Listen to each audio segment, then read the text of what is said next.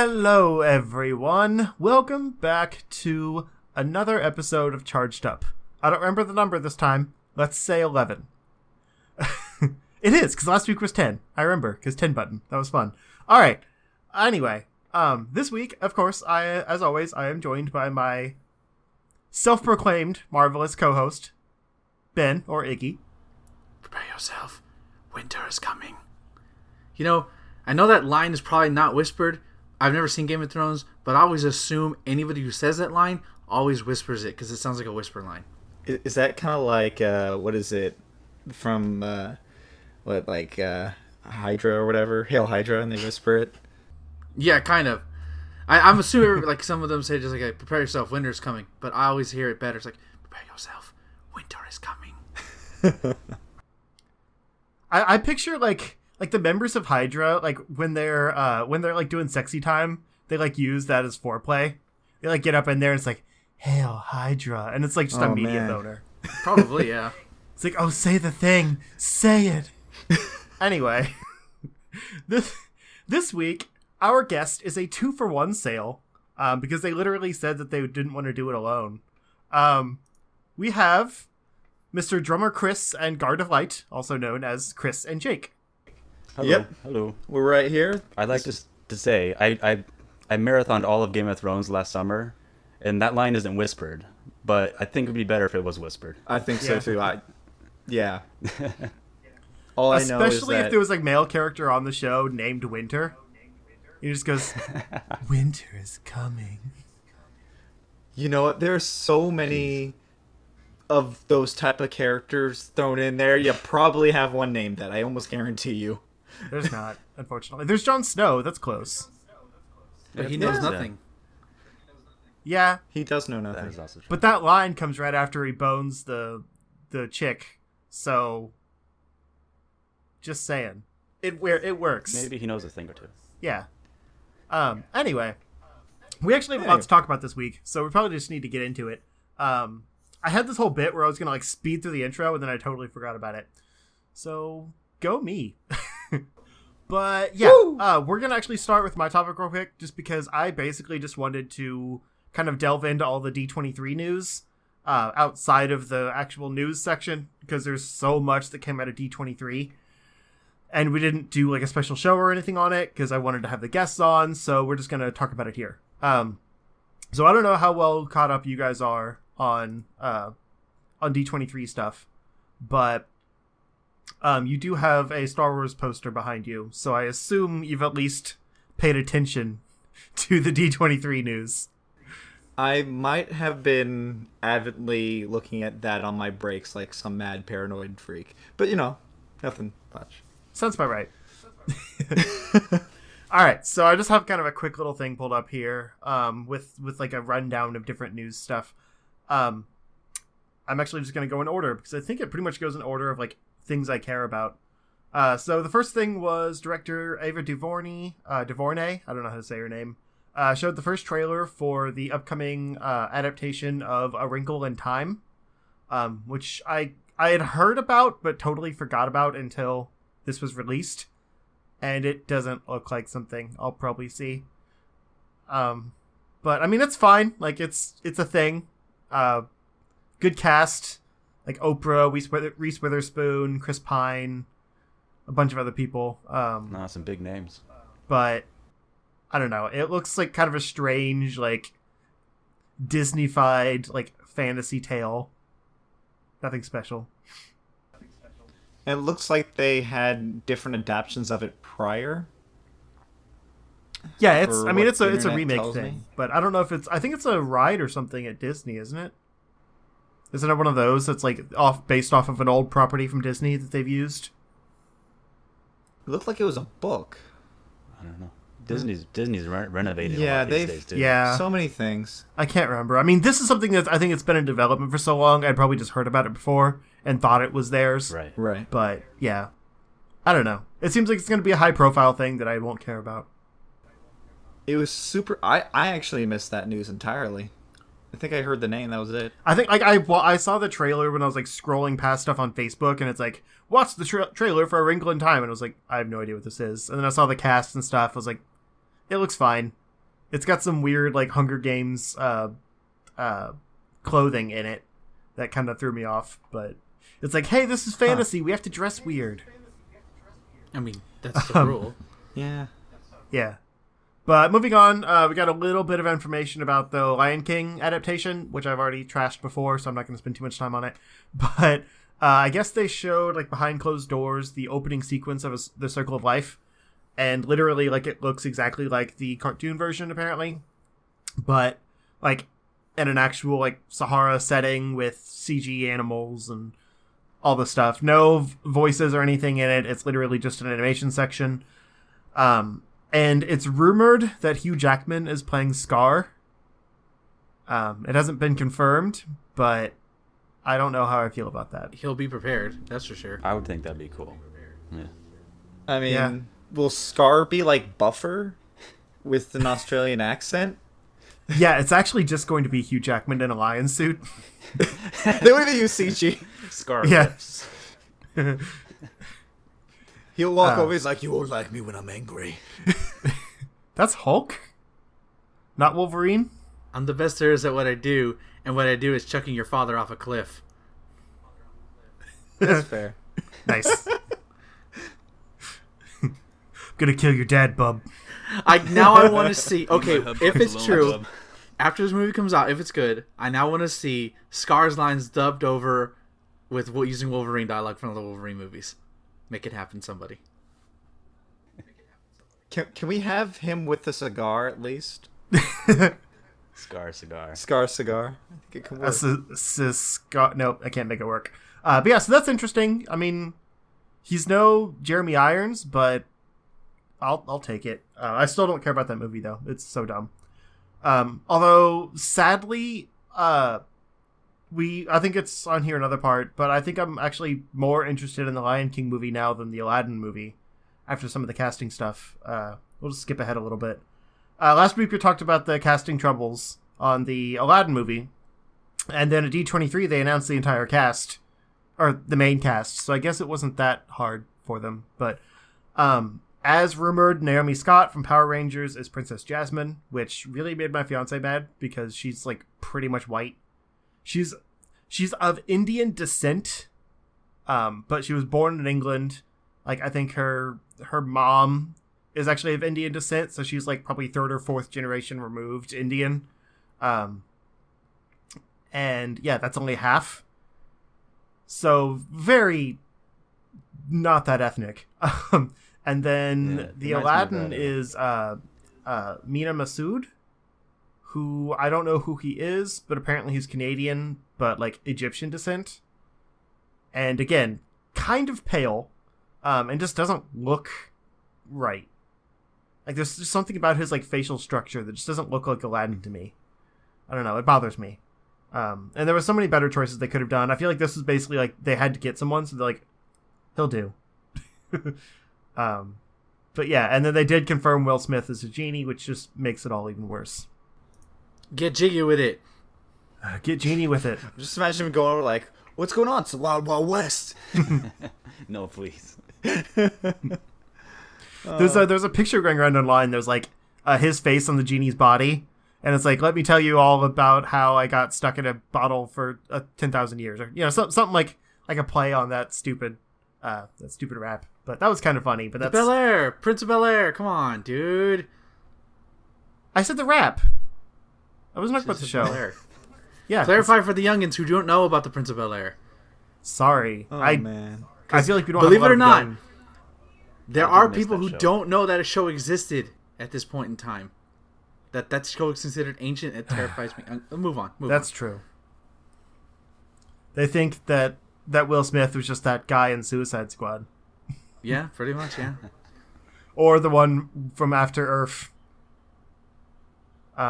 Anyway, but yeah, Will Smith Independence is Day. no Robin Williams, and that's super upsetting. I don't know how that's going to work, but whatever. And then going back up a little bit, they showed the first kind of little teaser trailer for the new Mary Poppins Returns sequel.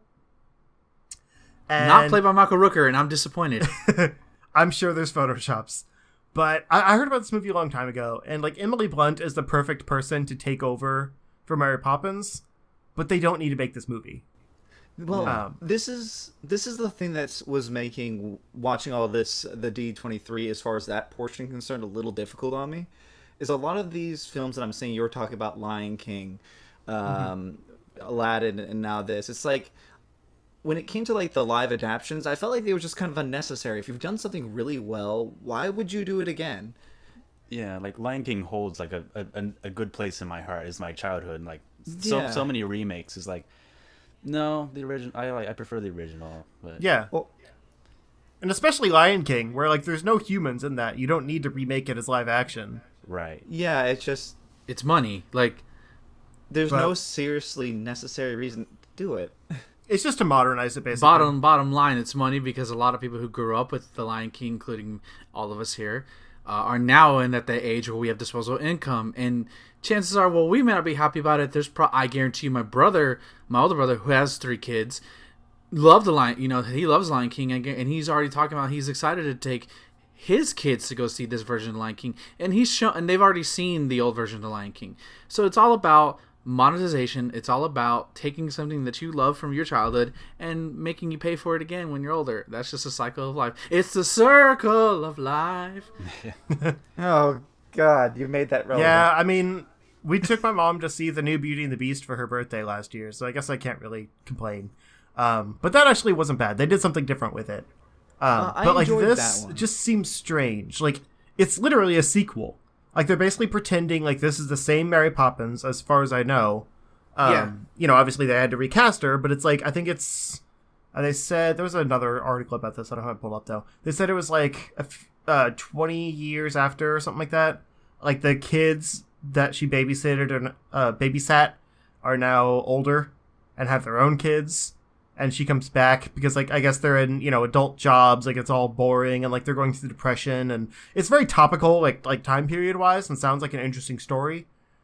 And it's all new music and everything. So like, it could be really good. I could be just, you know, completely talking with my foot in my mouth, and like I'll regret everything I said later. Cynical. Because at least this is like an original idea. It's like it's a totally new musical, you know, new everything, but it's still Mary Poppins. Like, why, if it's not good, it's gonna hurt Mary Poppins because it's a sequel. It's not like it's a remake where you can just be like, well, you know, the remake doesn't exist. Like, this is actually canon to the original movie, and it also has Dick Van Dyke in it in a different role apparently, which is kind of strange. Because obviously, you know, he can't play the same role, but it's kind of cool that they're still including him. But then, like, he's not the same person, so it's a little jarring. I don't know where they're gonna go with it. Yeah. Well, there's open and closed stories. It's like, can we? Right. I don't know. And I'm trying to remember the end of the original Mary Poppins. It's been She so just flies long. off like on her umbrella. That's pretty much it. Yeah, like Oh, yeah, I she guess she that's what like that helps is, the yeah. kids feel happier in their lives, and she's like, my work is done, and flies off. Yeah, and then Something she like goes that. joins the Guardians of the Galaxy. Yeah, right. Yeah. She blues herself and then Yeah. goes off to be in the That's Guardians what of this the movie's Galaxy. gonna be. It's gonna be the bridge movie. That's what this is. But I like that they're actually like making this like a legit sequel, like time period and everything. Like, it actually fits the time. It is, you know, Great Depression. There's a reason for her to kind of come back and be like, come on, we need to be happy. Like, let's bring the joy back. And like, it's topical. But I just wish it wasn't Mary Poppins. That is one thing that I see Hollywood taking less chances is with like period pieces. It's or if they do, it's like, I don't know. Like, I wanted to see the King Arthur movie that was coming out, and I heard it just was a box office bomb. But I was like, Yeah. I don't know. I watching medieval guys beat each other with swords in a fantasy world. I mean, maybe I'm just that level of nerd, but I mean, that's the kind of stuff I love. And Yeah, it holds some kind of entertainment value to it. I mean, well, and it's cool to see these. Like, there's no way you can recreate it. I remember seeing was it Sherlock Holmes with Robert Downey, and how they're able to recreate the 1800s London, or is it? yeah, that was a good film. Yeah. But it was really cool to first one see was. it in its dirty and uncomfortable state. And then Wonder Woman was really successful at that, I thought. Oh yeah. Oh, yeah. I loved Wonder Woman. That was And like great. Dunkirk is coming out. So I mean, there are those, you know, those high profile period pieces, but you're right, it's kind of rare these days. Probably because it's expensive. Next is the current slate of Disney movies, which includes like Star Wars and Marvel. And it's pretty packed. For the rest of this year, we have Thor Ragnarok, Coco, which is Pixar, and then Star Wars The Last Jedi. And then 2018, we have Black Panther, A Wrinkle in Time, Avengers Infinity War, the Han Solo movie, Incredibles 2, Ant-Man and Wasp, Wreck-It Ralph 2, Mary Poppins Returns, and the Nutcracker Four Realms. Nutcracker and the Four Realms, which I don't actually know what that is. Apparently it's a new Nutcracker movie. I knew all the other ones. Yeah. I did not hear that last one. I've never heard about that before. Ben? I didn't know there's so many realms of nutcracking. I thought it was. I didn't know it was. I didn't hear that title. I heard the Nutcracker, and I thought like, oh, okay, they're just gonna do a Nutcracker movie. I like the Nutcracker. It's one of the better things around Christmas time, but that seems like. But do they need a sequel with four realms? I don't know. Somebody, question. I guarantee you, Is this like the hundreds Avatar? of people probably. Yeah. Are they gonna have like different elements of Nutcrackers? Like the fire Nutcracker and just burns everything. Do the Nutcrackers have to I touch don't tips think to that have one's sex? Oh god. Oh, god. Okay. How deep into All the Avatar realms, lore are sir. we getting here? Jeez.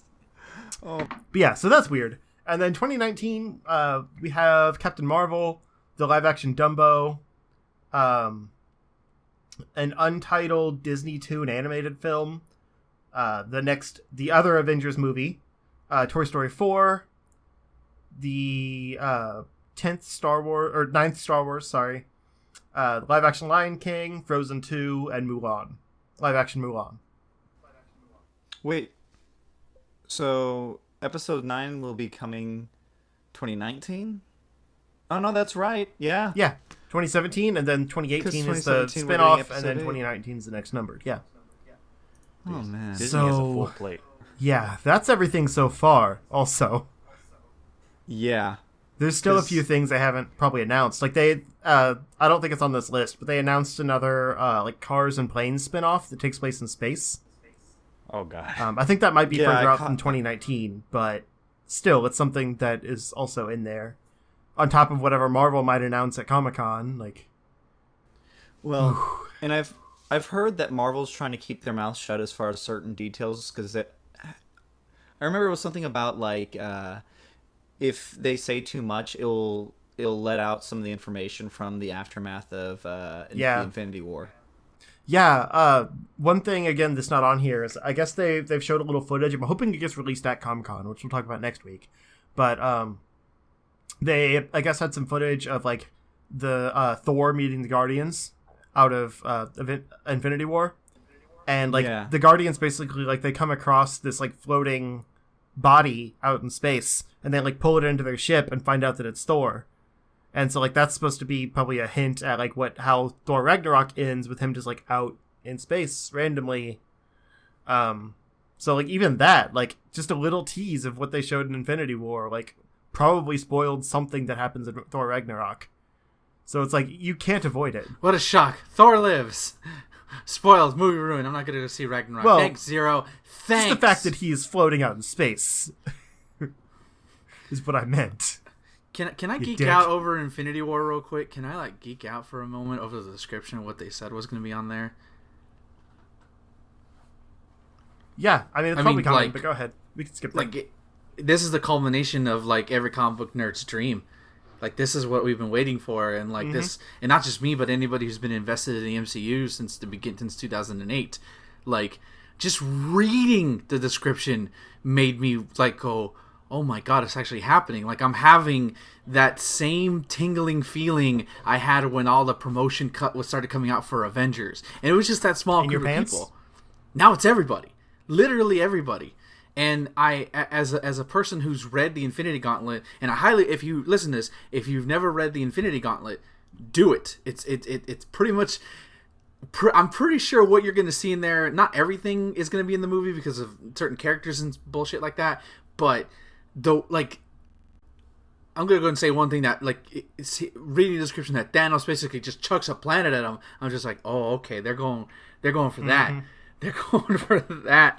I really hope, because my speculation is that Robert Downey Jr. or Captain America will die in the end of this movie. That's my speculation. That's not confirmed. Or both. And or both. And I hopefully, and maybe this is too brutal. And I have nothing against Robert Downey Jr. But if he dies, I hope they do it the way they did in the comic, and basically he gets his head ripped off while his helmet's inside the helmet. And it's pretty brutal. Ooh. Yeah. That would be brutal. Like, you never see the head come off, but you see his head being pulled up with the helmet on, and the panel cuts away. Then you see the helmet go away, and it's like, that's weird. Maybe the helmet's just off. And then it cuts to a wide shot, and you see Tony Stark's or Iron Man's body, and you see blood coming out of the head. I was like, oh my god. I really hope. I don't think they'll do that because this is Disney. But I kind of like, if you're gonna kill him, do it that way. That's the only thing I care about. Well, I guess one thing they showed was like right out of the last Avengers, I think, when like Thor has that vision of the future, and like it's just a bunch of bodies and like Iron Man like crawling up to see like the broken Captain America shield. Like, I guess there was a scene that they showed like here that was similar to that. Yeah, even when I saw that in Avengers 2, I knew like, okay, that's showing that, hey, don't forget about the end game. Don't forget about that. But to me, none of this D23 stuff matters except for that Avengers stuff. You know, just hearing Doctor Strange and the Guardians of the Galaxy are fighting alongside each other. Like, that alone is like, oh my god, it's actually happening. This is a reality. Well, It's pretty cool.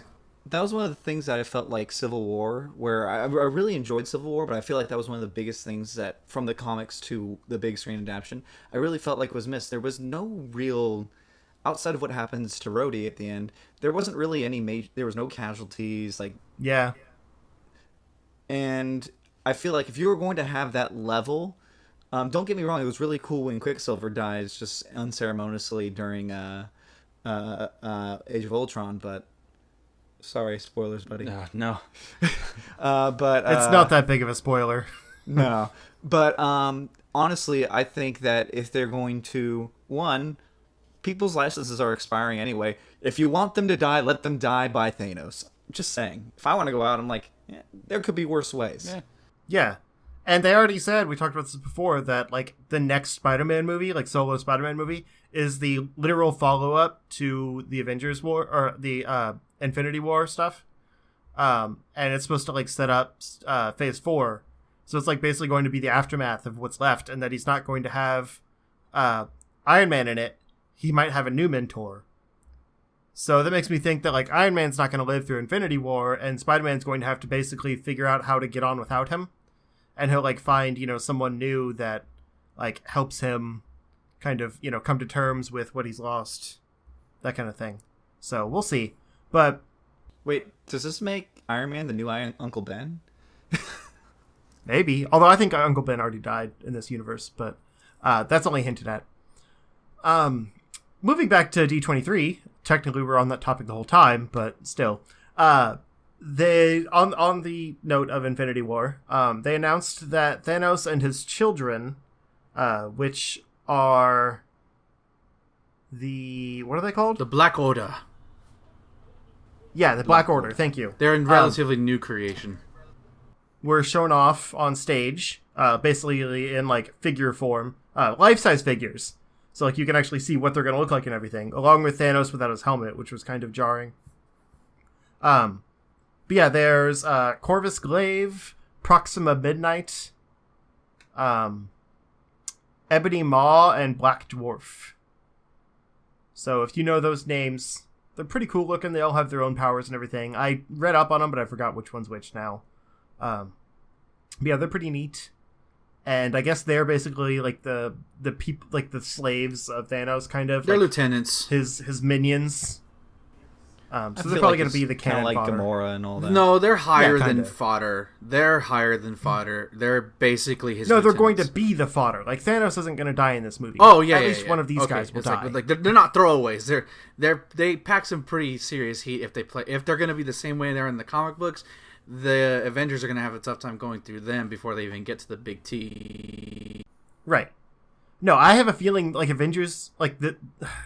See, I don't know the name of the next one, so it's hard to talk about them. Infinity War will be like basically Thanos like pulling the strings and like sending these four after them, after the Avengers. They won't actually like fight Thanos very much in this one. It'll be like him, like whipping them a new one. And then like the next Avengers movie will be them actually beating Thanos. Like he'll be the main threat. In this one, they'll probably mostly fight his minions. And then there'll be like some turmoil with Nebula and Gamora not knowing which side to be on, blah, blah, blah. They're going to go after the Order because, they're like, but we're his actual children. Like, how are you, There's going to be all of that, but... So this might be like an Empire Strikes Back kind of thing where it ends with that kind of cliffhanger, and instead of having his hand chopped off, we're going to just have Iron Man's head just lobbed off. I don't see a major death in this next one. I see it in part 2 or whatever it's called. But you never know. Maybe not a major... It could be like the team torn apart and then by the next event... Because like the next Avengers is a year later. So like they're not going to do a lot of world building in that time. So I mean I could see like maybe 1 or 2 people dying and like the team's scattered.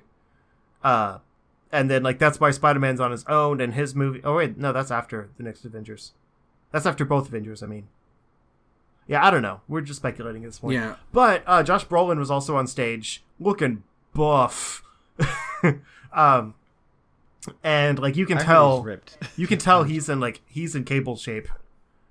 He even had like a shaved part of his eyebrow, where like they probably put the prosthetic scar for Cable, and so it's kind of weird, like seeing him on stage where he's obviously there for Thanos, but he looks like Cable. It's kind of fun little cross promotion. Oh man. A little edgy eyebrow thing there. Yeah. Well, you'll get that later, Chris. Yeah. But yeah, they had like the whole cast, or pretty much the whole cast on there. If you were missing, No Paul Rudd. there was like, I am actually not sure he's in the movie. Now He that I should think about be. it. That's what Because I want Ant-Man and Wasp comes out so soon after that. It could be like a Civil War thing where like Thor and Hulk were both gone. For that, Ant-Man could be gone because like, his movie's taking place during this or around it, something like that. Well, he better be in the next I mean, one. it's a cosmic He's scale. got a smaller scale battle to be had. I want Paul Right. Rudd to fight Thanos. That's my dream. I could see him like, not necessarily cameo, but like not be a big part, like kind of on the ground level with Spider-Man and a few others. But he's not part of the cosmic battle. I almost guarantee it. Because they're going to be fighting on 2 fronts, like the Guardians and stuff in space, and I assume Captain Marvel might show up with that stuff too. And then like the ground level with like Spider-Man and probably like Captain America and that kind of thing. The scale's got to be unimaginable, though. That's the thing I'm most interested in seeing how they balance it, because, I mean, has anything like this ever been done? No. Not on this scale, at least. And they said that about the first Avengers movie, too. And that was true, and now it's true again. There's like Well, it was 70 true. some main characters in this movie. Yeah. We've got bigger scales. It's crazy. It's still I don't think it's fully processed that this movie's actually happening to me yet. Yeah. In our lifetime. We've gotten in the entire Marvel Cinematic Universe. No, in we our haven't. lifetime. 10 years. What? I mean, there's no X-Men, no Fantastic Four, so it's partially true, but, No, I'm saying, like, this entire cinematic universe has been built in the last 10 years. Oh, yeah. I'm not saying what it's missing. I remember going to see Iron Man when it first came out, and I can't believe, like, that's kind of like my bracket as to like when I was kind of getting out of high school, and now that I've been out of high school that long, I'm like, they haven't stopped. They just keep going, and I'm running out of Yeah. room for DVDs. Yeah. Yeah, I watched the first Iron Man, like, freshman year of college. Like, when it came out. I didn't even know who Iron Man was, really, then. Yeah, me too. Didn't that come out like 2008 Yep. or so? May 2008. 2008. Jeez. It's crazy. I was freshman in high school that year. And do you know who's laughing like hysterically? Aw, baby. Yeah. Yeah. I'm so young. Sam Jackson and Robert Downey are just sitting there like, man, we could have signed worse deals. As Yeah. they sit on their pile of cash. They started it all. Technically, I think the comics started it by modeling Nick Fury after Sam Jackson. So then, like, they made a movie, and they're like, you know what? We're gonna make this work. Let's get Sam Jackson in here, be Nick Fury, and build a universe. It's hilarious that happened too. But yeah, let's move on, because we're gonna have like plenty of time probably next week to talk about all this Avengers stuff when they actually give us more to go off of at Comic-Con.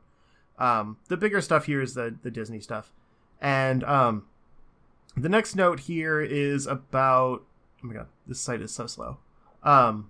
It's about Star Wars Land, which they have a bunch of concept art for. It's basically, well, Star Wars Land and Star Wars Hotel. It's a collective thing, kind of. But it's basically Westworld, like Westworld for Star Wars. The hotel itself is this huge, like, massive structure that like is literally like walking through like a space station. Everything is Star Wars modeled. Like the bed, the rooms and everything are like the beds are little cubbies. The lobbies are like, they've got like robots and stuff kind of wandering around. They've got people like that kind of are like NPCs in your own storyline as you stay here. It's crazy. They even have like screens and stuff outside of the rooms where, like, so when you look out the window you see space, like a, you know, interactive like space motif. That is cool. And then around that is Star Wars Land, which I guess is called Galaxy's Edge. Pretty edgy title. And yeah, I didn't even mean that, but it works. And they just showed a model of this. Like, it's a large model, but it is, you know, obviously tiny sized. Like, everything is tiny sized. But yeah, there will be, it's kind of similar again to Westworld, where it's like this big kind of park, but everything is themed and like actually feels alive. There's a life-size Millennium Falcon. Apparently it's a ride.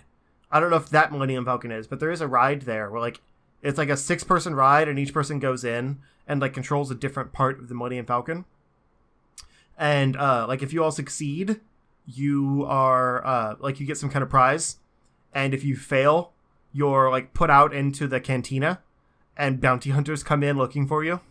So like you have this whole scene that plays out. So like they're going all out with this. It's really cool. To say how happy I am to see this thing, like, there is nothing I want more to visit than Star Wars. Yeah.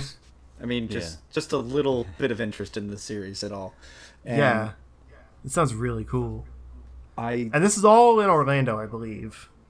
Are they doing it at the? They're building something down in L.A. because I was in Disneyland in January, and a friend of mine works at Disneyland, so he gave us like a little tour, like, oh, they're building all these things here and there. Like, he didn't give us like any juicy secrets, but like it's a big area that they're planning a lot of. Yeah, they are. Stuff. This might actually be the one that's in California, but no, yeah, this is. It says model of what the new addition to Disneyland is going to look like when it opens in 2019. Okay, right, but. Yeah.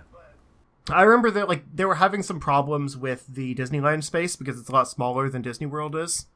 And so they couldn't fit, like they have to repurpose a lot of things. They can't just add on very much. But I guess this one is an add-on. Which means the hotel might be too. I think they were in the same place.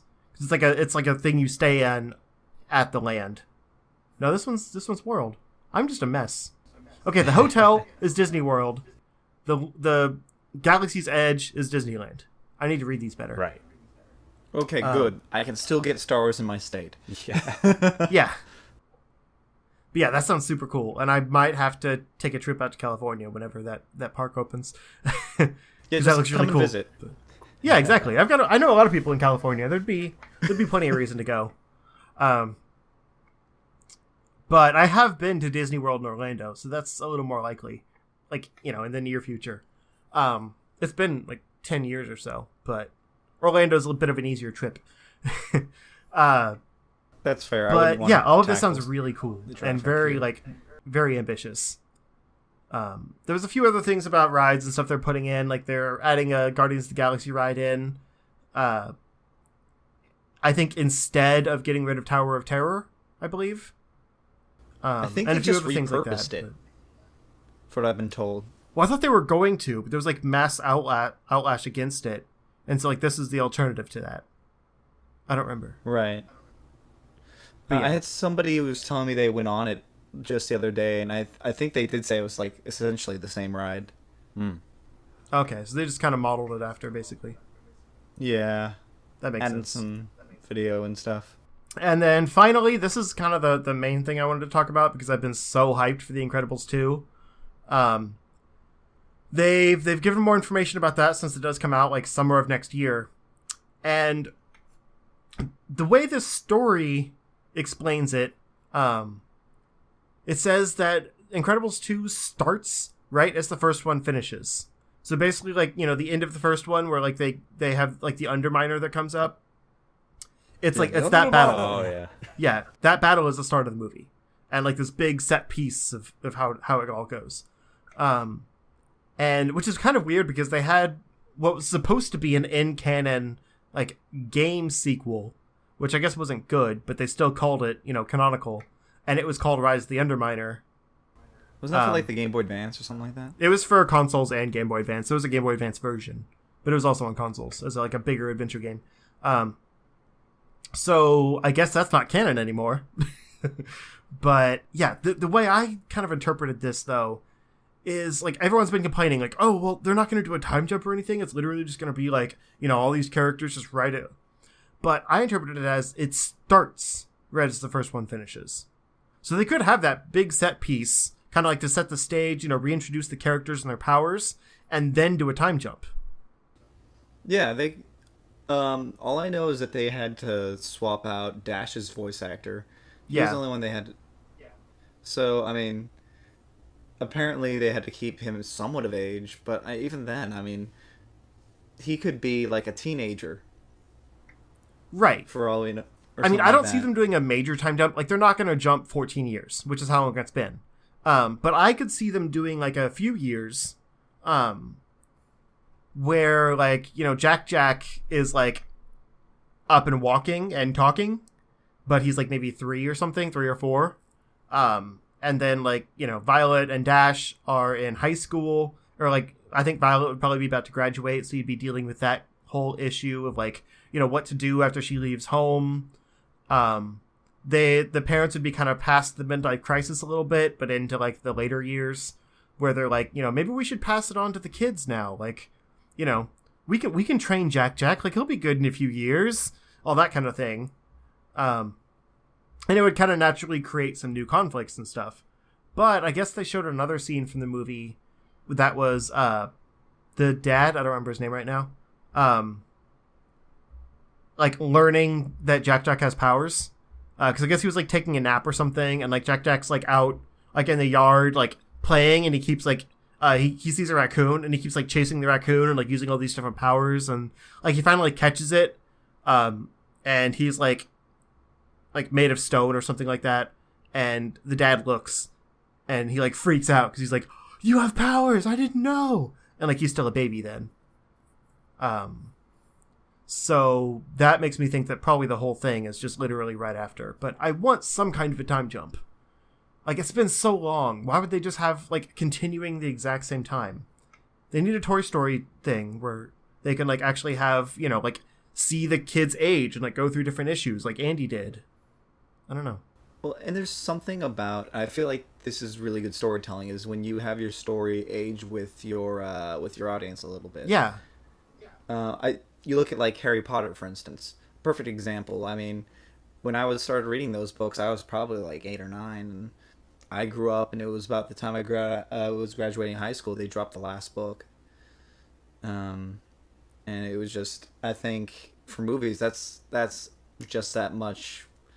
It really is something that resonates with an audience if you kind of grow older and you see them evolve as you do. Exactly, and especially when it's been so long, to just like completely negate all of the time that's passed and be like, no, they're the same age, no time passed for them. It's like, it feels like a disservice to the series. Yeah. What's that line that the main villain says? Like, too late. 15 years too late. Like, it's literally been... literally been 15 years. Yeah. Oh, man. I feel like when this movie comes out, that's going to be the meme. Incredibles 2 comes out. 15 years too late. Yeah. Oh, man. Well, Sinestro? No, it started with an S, didn't it? Like Syndrome. Syndrome. Syndrome, yeah. Yeah. He had a big S on his suit. It stood for BS, like babysitter, right? Right. Because if everyone's special, then no one is. I love that line. It's like one of my favorite lines in like all of movies, just because it's like, it's really playing on that culture of like, you know, that was around the time of like participation trophies and like everyone treating their kids like they're like, you know, they all are made to be a great thing when like sometimes people just suck. Like not everyone can be good at everything. And so like that movie really told a really good tale for that time. And now like they could really tell something else if they aged the kids up a little bit and brought in some new stories. But I don't think they're necessarily going to. Well, and the other thing that really is going to dictate where this film goes is we've, of course, not that we spent like the last little bit talking about, but we've recently had the big superhero boom that really has affected all. And you could not, I mean, Incredibles is way ahead of its time in that regard, where it was that big budget superhero film. It was talking about, you know, actual issues. I mean, the whole thing that put the whole superhero thing into in decline with the guy's attempted suicide and all that, getting the lawsuits. I was explaining to my coworker, he's like, why have I not seen this movie? Yeah, that was pretty dark. Because that was actually really apt too. Because it's like, you know, in this culture where like superheroes are running around and everywhere, like, you know, what if someone doesn't want to be saved? Like that is, you know, that's a really interesting question to pose in a movie like that. So I really want to see them go in new directions and not just do a repeat of the first one. And a good way to do that is to force them into a new time where, like, you know, you have a jump. You have to reacclimate yourself to these characters again. Which makes sense when it's been 14 years. There's been people that are born and, like, you know, gotten into Disney movies in the time when we've had an Incredibles movie. Like, there could have been someone that, like, you know, they were really into this movie and they started watching it and then just got it on. And 9 months later have a kid. And that kid would be 13 now. Yeah, that's scary. So we have it where there's angsty teen fans that have been created between now and then. Yeah, exactly. So, like, we should be reacclimating to these characters and then seeing them go in a new direction, not just doing a repeat of the first one. We don't need another Cars 2, especially not with something I hold so dear. Yeah. I'm very passionate about this movie. I'm sorry. No, you have good reason to be. It's the so first good. one was a phenomenal film. Yeah, it's one of my favorite movies ever. I remember seeing it, and, you know, like you can find a complaint about just about anything, but that one I can't. There's very few problems with it. Yeah, it's just insanely quotable. On top of that, Yeah. I mean, I don't watch films. I don't repeat watch films. Like I watched it once. I'm like, okay, that's fine. But with this film and many other Disney films, like Lion King, like I could watch that again today. I could just sit down and just that's watch one Incredibles. of the biggest strengths about the films. Yeah, I can go like, I'm gonna watch Game of Thrones and see someone's arm get cut off. Now I'm gonna watch Incredibles and this child-friendly stuff. I mean, Not that child-friendly, though. Like you said, there's a guy that tries to commit suicide. It's kind of understated. oh yeah, But at that same end, it was like really relevant to society at the time. Still is, and that says something about good storytelling. You need to make it relevant. You need to make that realism, even if it is an uncomfortable topic. I agree. But yeah, let's move on, actually. Because that's all the D23 news I care about, at least. I don't know if you were following pretty closely. But I mean, I'm not gonna lie, I kind of flipped out with Kingdom Hearts, but we'll leave that one alone. yeah, we're going to talk about that on the Gamescast this week. So I didn't want to touch on it too much. But that Toy Story world does look pretty sweet. I'll say that much. agreed. Um, We'll leave it there. yeah, let's move on to Ben's topic, because it's kind of, you know, somewhat related to this type of thing, at least with media and all that. So you just want to get into it? Yeah, so it was something that has been running in my mind recently, that in years past, a television show would run anywhere from 5 to 10 seasons, no matter what, especially if it's a very successful one. In fact, there's some cases of that today. Supernatural, pretty much every CSI show is still running. But I came to my conclusion that I think, in my opinion, most television shows most shows, if anything, should end after 5 seasons. Because I feel like after that point, if you haven't told your complete story by then, you're not going to tell it. And if you're going to, by the time you get to the end, it's going to not be worth it. And you've overstayed your welcome. There's always that talk of leave while you're on top versus being drugged out of the building when you have nothing left to say. And personally, I feel like a lot of the newer shows are doing that. You know, how long Mad Men? I know, like Mad Men. I bring up Mad Men because it's celebrating its 10-year anniversary, which I don't remember it starting in 2007. I could be wrong, but it's like only like 8 seasons long. So like not the typical 5, but they're not exactly long seasons. But like I feel like Supernatural, like, and Supernatural is the one I've been looking at the most, is that you can't, like, because it's going into its 13th season. Exactly. Or to give another sort of show on that older network, but to the Smallville, you know, like that show like lasted way overstayed its welcome after 5 seasons. So, well, it's funny because you were talking about how like the season length and all that, and you were like 5 seasons. I immediately went to mind with Supernatural because if I recall correctly, the writers had it where they had, or the original writer had 5 seasons in mind, and then everything else was like filler. Yeah, he left after that. He's like, I told my seasons, I'm done, and then they brought someone new in and continued it on, and like you can tell that it hasn't had like the same flow. Like they've made it work. You know, they've tied some stuff back in even to like the first 5 seasons in pretty clever ways. Right. But they also just keep like spinning their wheels. Like they've brought Lucifer back like 3 times now, and that was supposed to be done like at the 5th season because they, you know, closed him off and it was all fine. And that's the hard part, is you get these writers who will come up with like, I have this story idea, and it could be like a really cool premise or something, and they'll write it out, and then they just keep going. I always think of Heroes is a great example too. Love that first season, and then if you guys have seen that, it was a steady decline all the way until the end of that show. I would say that's not necessarily a thing to where they ran out of ideas. I mean, it's pretty much known that Heroes had a great season, writer strike happened, and then the team that stayed with it was pretty much not as good as that first season. And then the 4th season was pretty good. Like when it ended strong until Heroes Reborn, at least, which I never saw. But my point is that I feel like a lot of, and even like I don't think it's sustainable. I don't even know how a show like Supernatural is on the air right now. I don't think it's sustainable in today's television market and streaming market to have a show go beyond 5 seasons because you have so much stuff coming out. Eventually, and this is like, and somebody, again, I'm going to tie back to comics a little bit. You know, you read 60 issues or 100 issues of Spider-Man or Iron Man or Captain America. Like, eventually, like, okay, I don't want to do this anymore. You're gonna drop off.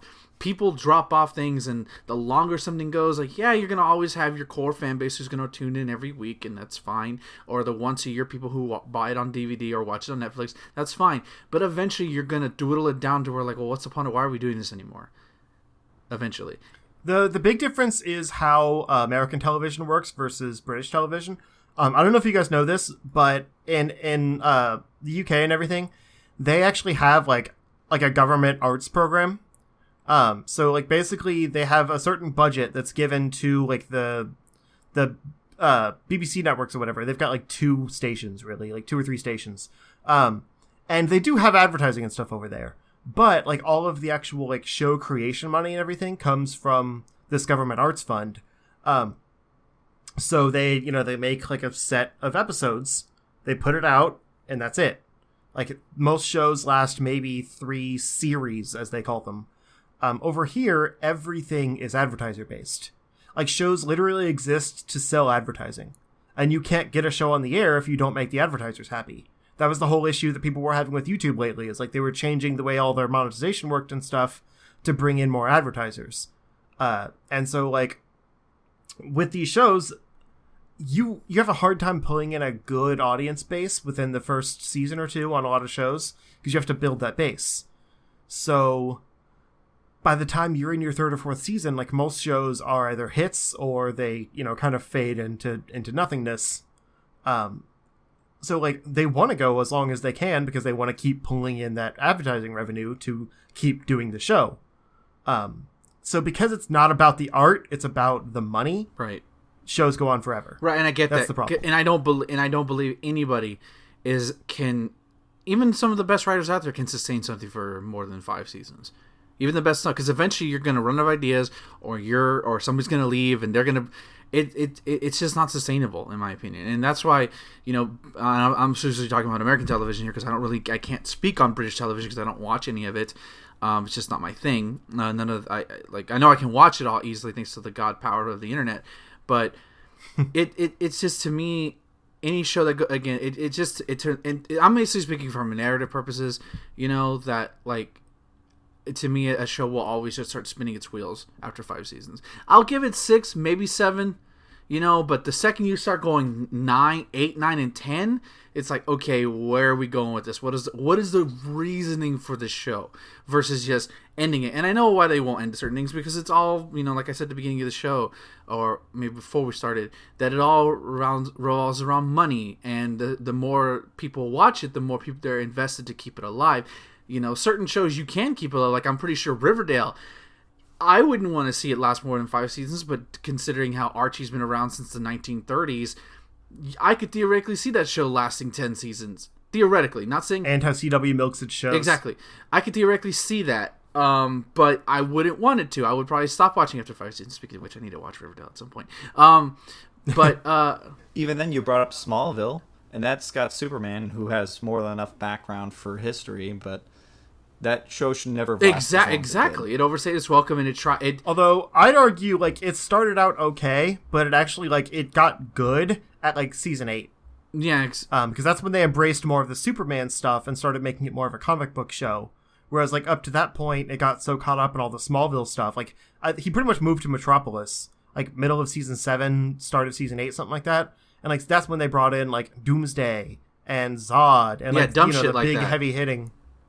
The big heavy hitting Star Trek characters, Superman characters, and then like you know they finally ended the series with him being Superman. So like that's the comic book part of the show. The first 7 seasons was set up filler. It was meh. That's a lot of filler. Let's have him fight all the things he's going to fight a Superman before it's Superman. That's a great idea. Anyways, that's all I have to say about it is that I feel like American television at this point, shows shouldn't last more than 5 seasons. The longest I'll give a show is 7 seasons, just to wrap something up, or maybe they'll wow me with the different seasons. Like Eureka. Eureka's another show that I thought should have ended when it did, and then they did another season. It's like, okay, this wasn't the best idea at all, and now I can only think about how it ended horribly. And I love Eureka. Eureka is probably my favorite sci-fi show.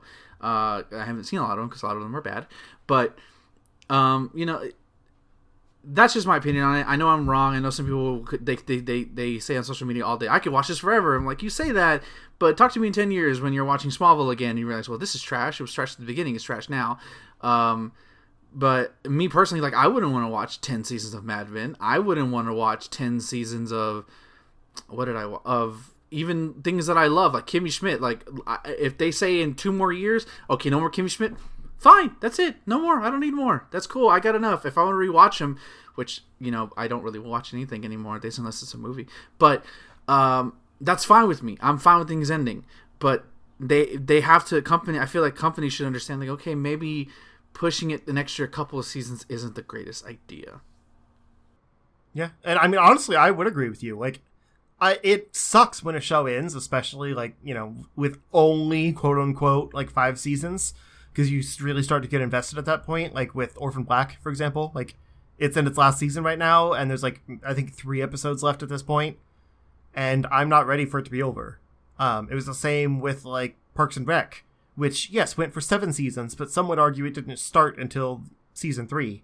So, because there was, like, some, you know, cast changes, like, midway through season 2, when it really started to get good, and then they had, like, 5 good seasons of storyline in there. But, like, that show, legit, like, I teared up at the end of it, because I was like, I don't want this to be over. It's my favorite, like, the best show that's ever been made, in my opinion. But would you rather it end on how good it is that's before, like, what I was getting you're to, beating its corpse like, one more joke, God damn it. Well, I mean, you look at it from, like, a lot of the other, like, one I always think of is Firefly. You know, everyone will tell you, really good show, really good, and then they did Serenity, you're like, wow, you gave me some more. At the same end, I'm like, everyone talks about wanting to have, like, similar to what they did with Heroes and having another series later on, doing something like that. I'm like, you know what? At the same end, I also don't. It's nice to know that I haven't seen a like really bad episode of Firefly. Like I feel like I've seen them. Maybe it's best if we let it be.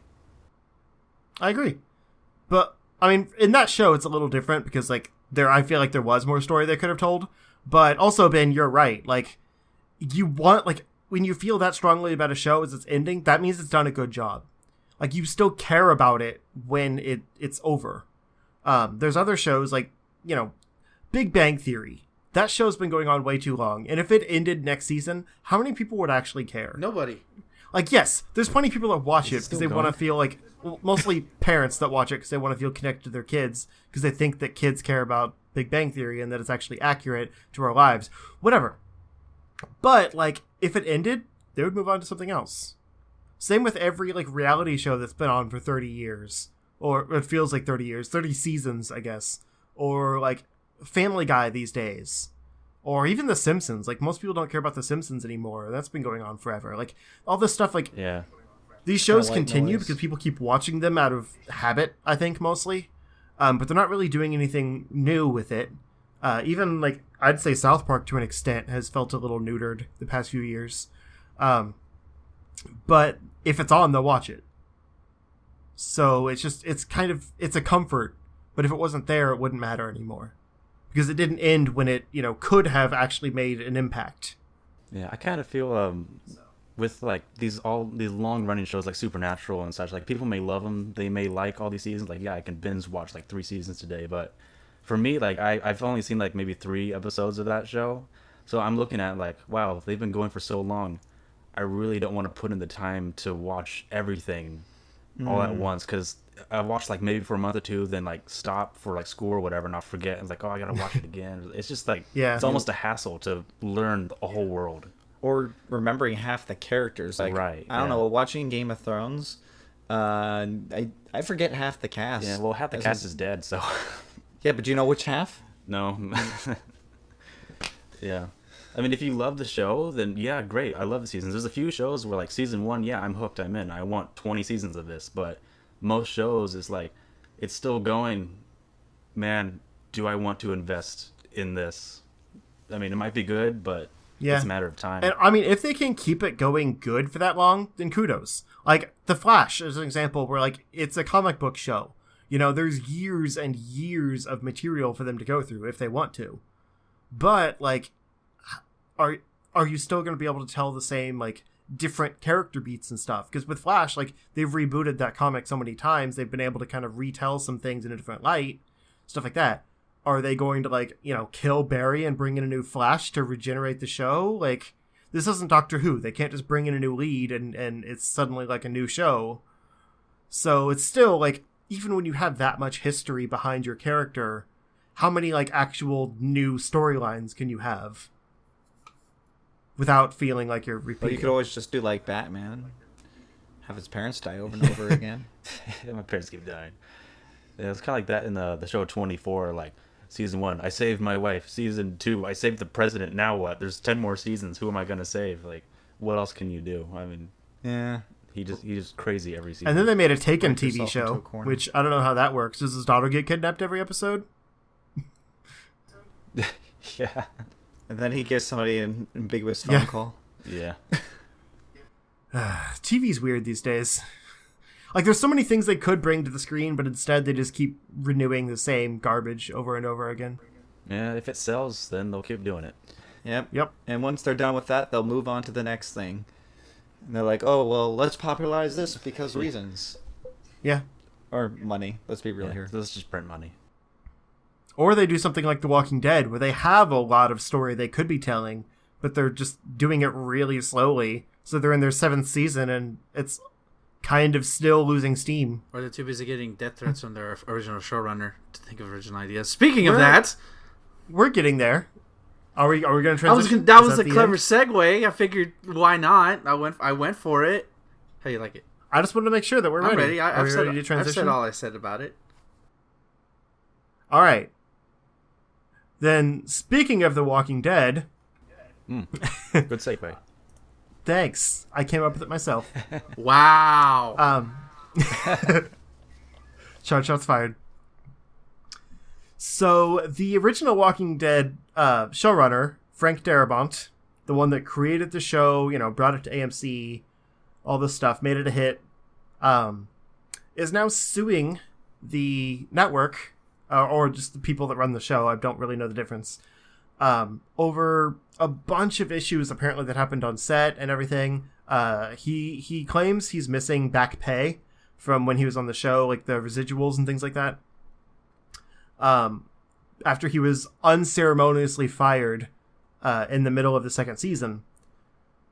But all this documentation has been coming out to like kind of explain, why he was fired and like the reason they don't really owe him anything and all this. And apparently he's got a bit of a temper problem. He had some issues with the way things were going on set. Like, he would complain if they didn't specifically like follow his script, like exactly the way it was written. And he would get mad at like actors for like not listening to him and all this stuff. And like he was sending these really angry emails to the producers, like, how hard is it to follow instructions? And just really angry. And a lot of people were claiming that he was volatile and just bad at his job. Like as far as, working with actors and like, being a team player and things like that. And at one point they had an email like submitted evidence where he was venting about two writers. And he said that he was going to hunt them down and kill them with a brick and then burn down their homes. And he came back and basically said, like, this is all in context. You have to understand, it was a very heated time. I had a lot of pressure, blah, blah, blah, like trying to make himself sound like the victim because of all the duress they were putting him under. And he said, each of these emails was sent because a professional showed up whose laziness, indifference, and incompetence threatened to sink this ship of production and added unfair and unnecessary burden to their colleagues and the cast and crew. My tone was the result of the stress and the magnitude of this extraordinary crisis. The language and hyperbole of the emails were harsh, but so were the circumstances. And as for the enormous problems they describe, I stand by these emails to the last detail. So apparently he's perfectly okay with the fact that he was going to burn their houses down. So what he's basically saying to the lawyers is, if this goes south, he's going to hunt them down and hit them with a brick and then burn down their homes? No, this was emails like in 2010 when he was on the show. To writers of the show. Oh, no, I'm being sarcastic. Oh, yeah, right. Sorry. I wonder why he chooses a brick. Gotcha. I don't know. Maybe they're common in Georgia because that's where it films. Random brick. So yeah, there's this whole ongoing battle between AMC and Darabont right now. He's trying to get pay from them. They're trying to say we don't owe you anything because you're awful. And it's not unprecedented. Like I'm being kind of facetious here, but like he has some merit because the show was notorious for underpaying people, trying to cut the budget at any opportunity. Because after the first season with 6 episodes, they renewed it for the second season that he was still part of, which was I think 12, but they didn't really increase the budget at all. So he was basically supposed to do like twice the amount of show for the same amount of money. There's a little bit of difference there, but for the sake of argument, like that's basically what they were trying to do.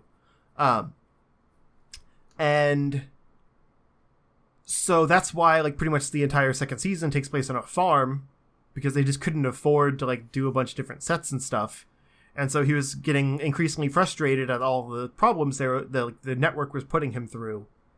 So like I understand it to an extent, but the way he acts about it is extreme and unnecessary.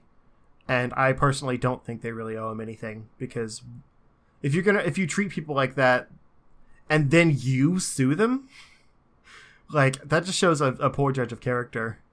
I don't know the situation, like only the actors would, but I feel like you need to give the actors and the people some creative freedom. I mean, yeah, follow the script, follow the ideas, but it doesn't always have to be word for word. I mean, let them move around a bit. Right. I guess there was like an email where he said it's not part of this, but he said that even the placement of commas is important. which kind of makes him sound like really elitist. Yeah. Oh no, he sounds like he'd be a fun person to get direction to. Yeah. I want to work for that man. Yeah, and like after this show, like after he was fired from this show, he went on to do another show for TNT that was canceled after one season. And I think it also included a few of the like early Walking Dead people, like the guy that played Dale and John Bernthal and a few other people. Basically the only ones that could handle working with him at that point. And then it got canceled because for one, it wasn't a good show, but I think his reputation had kind of preceded himself by that point, and no one wanted to work with him. So I don't think he's done a movie or anything since then either. He's probably just suing now because he's like, I'm running out of money. I gotta do something, and no one's gonna hire me. So I'm probably being mean, but it sounds like he's not great to work with.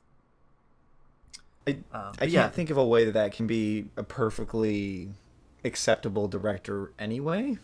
I don't know if you're gonna go like that. I mean, it is a competitive market, but you don't need to be that harsh. Yeah, no, it's kind of terrible. Also, random unrelated thing. I see in the sidebar here that apparently Comedy Central canceled At Midnight. So that's interesting. I hadn't heard about that. It's a little fun fact. Yeah, One more. just a little fast news point. Because I listened to like the Nerdist podcast and stuff, and a lot of those are filmed in advance. So, Chris Hardwick probably wouldn't talk about anything like that.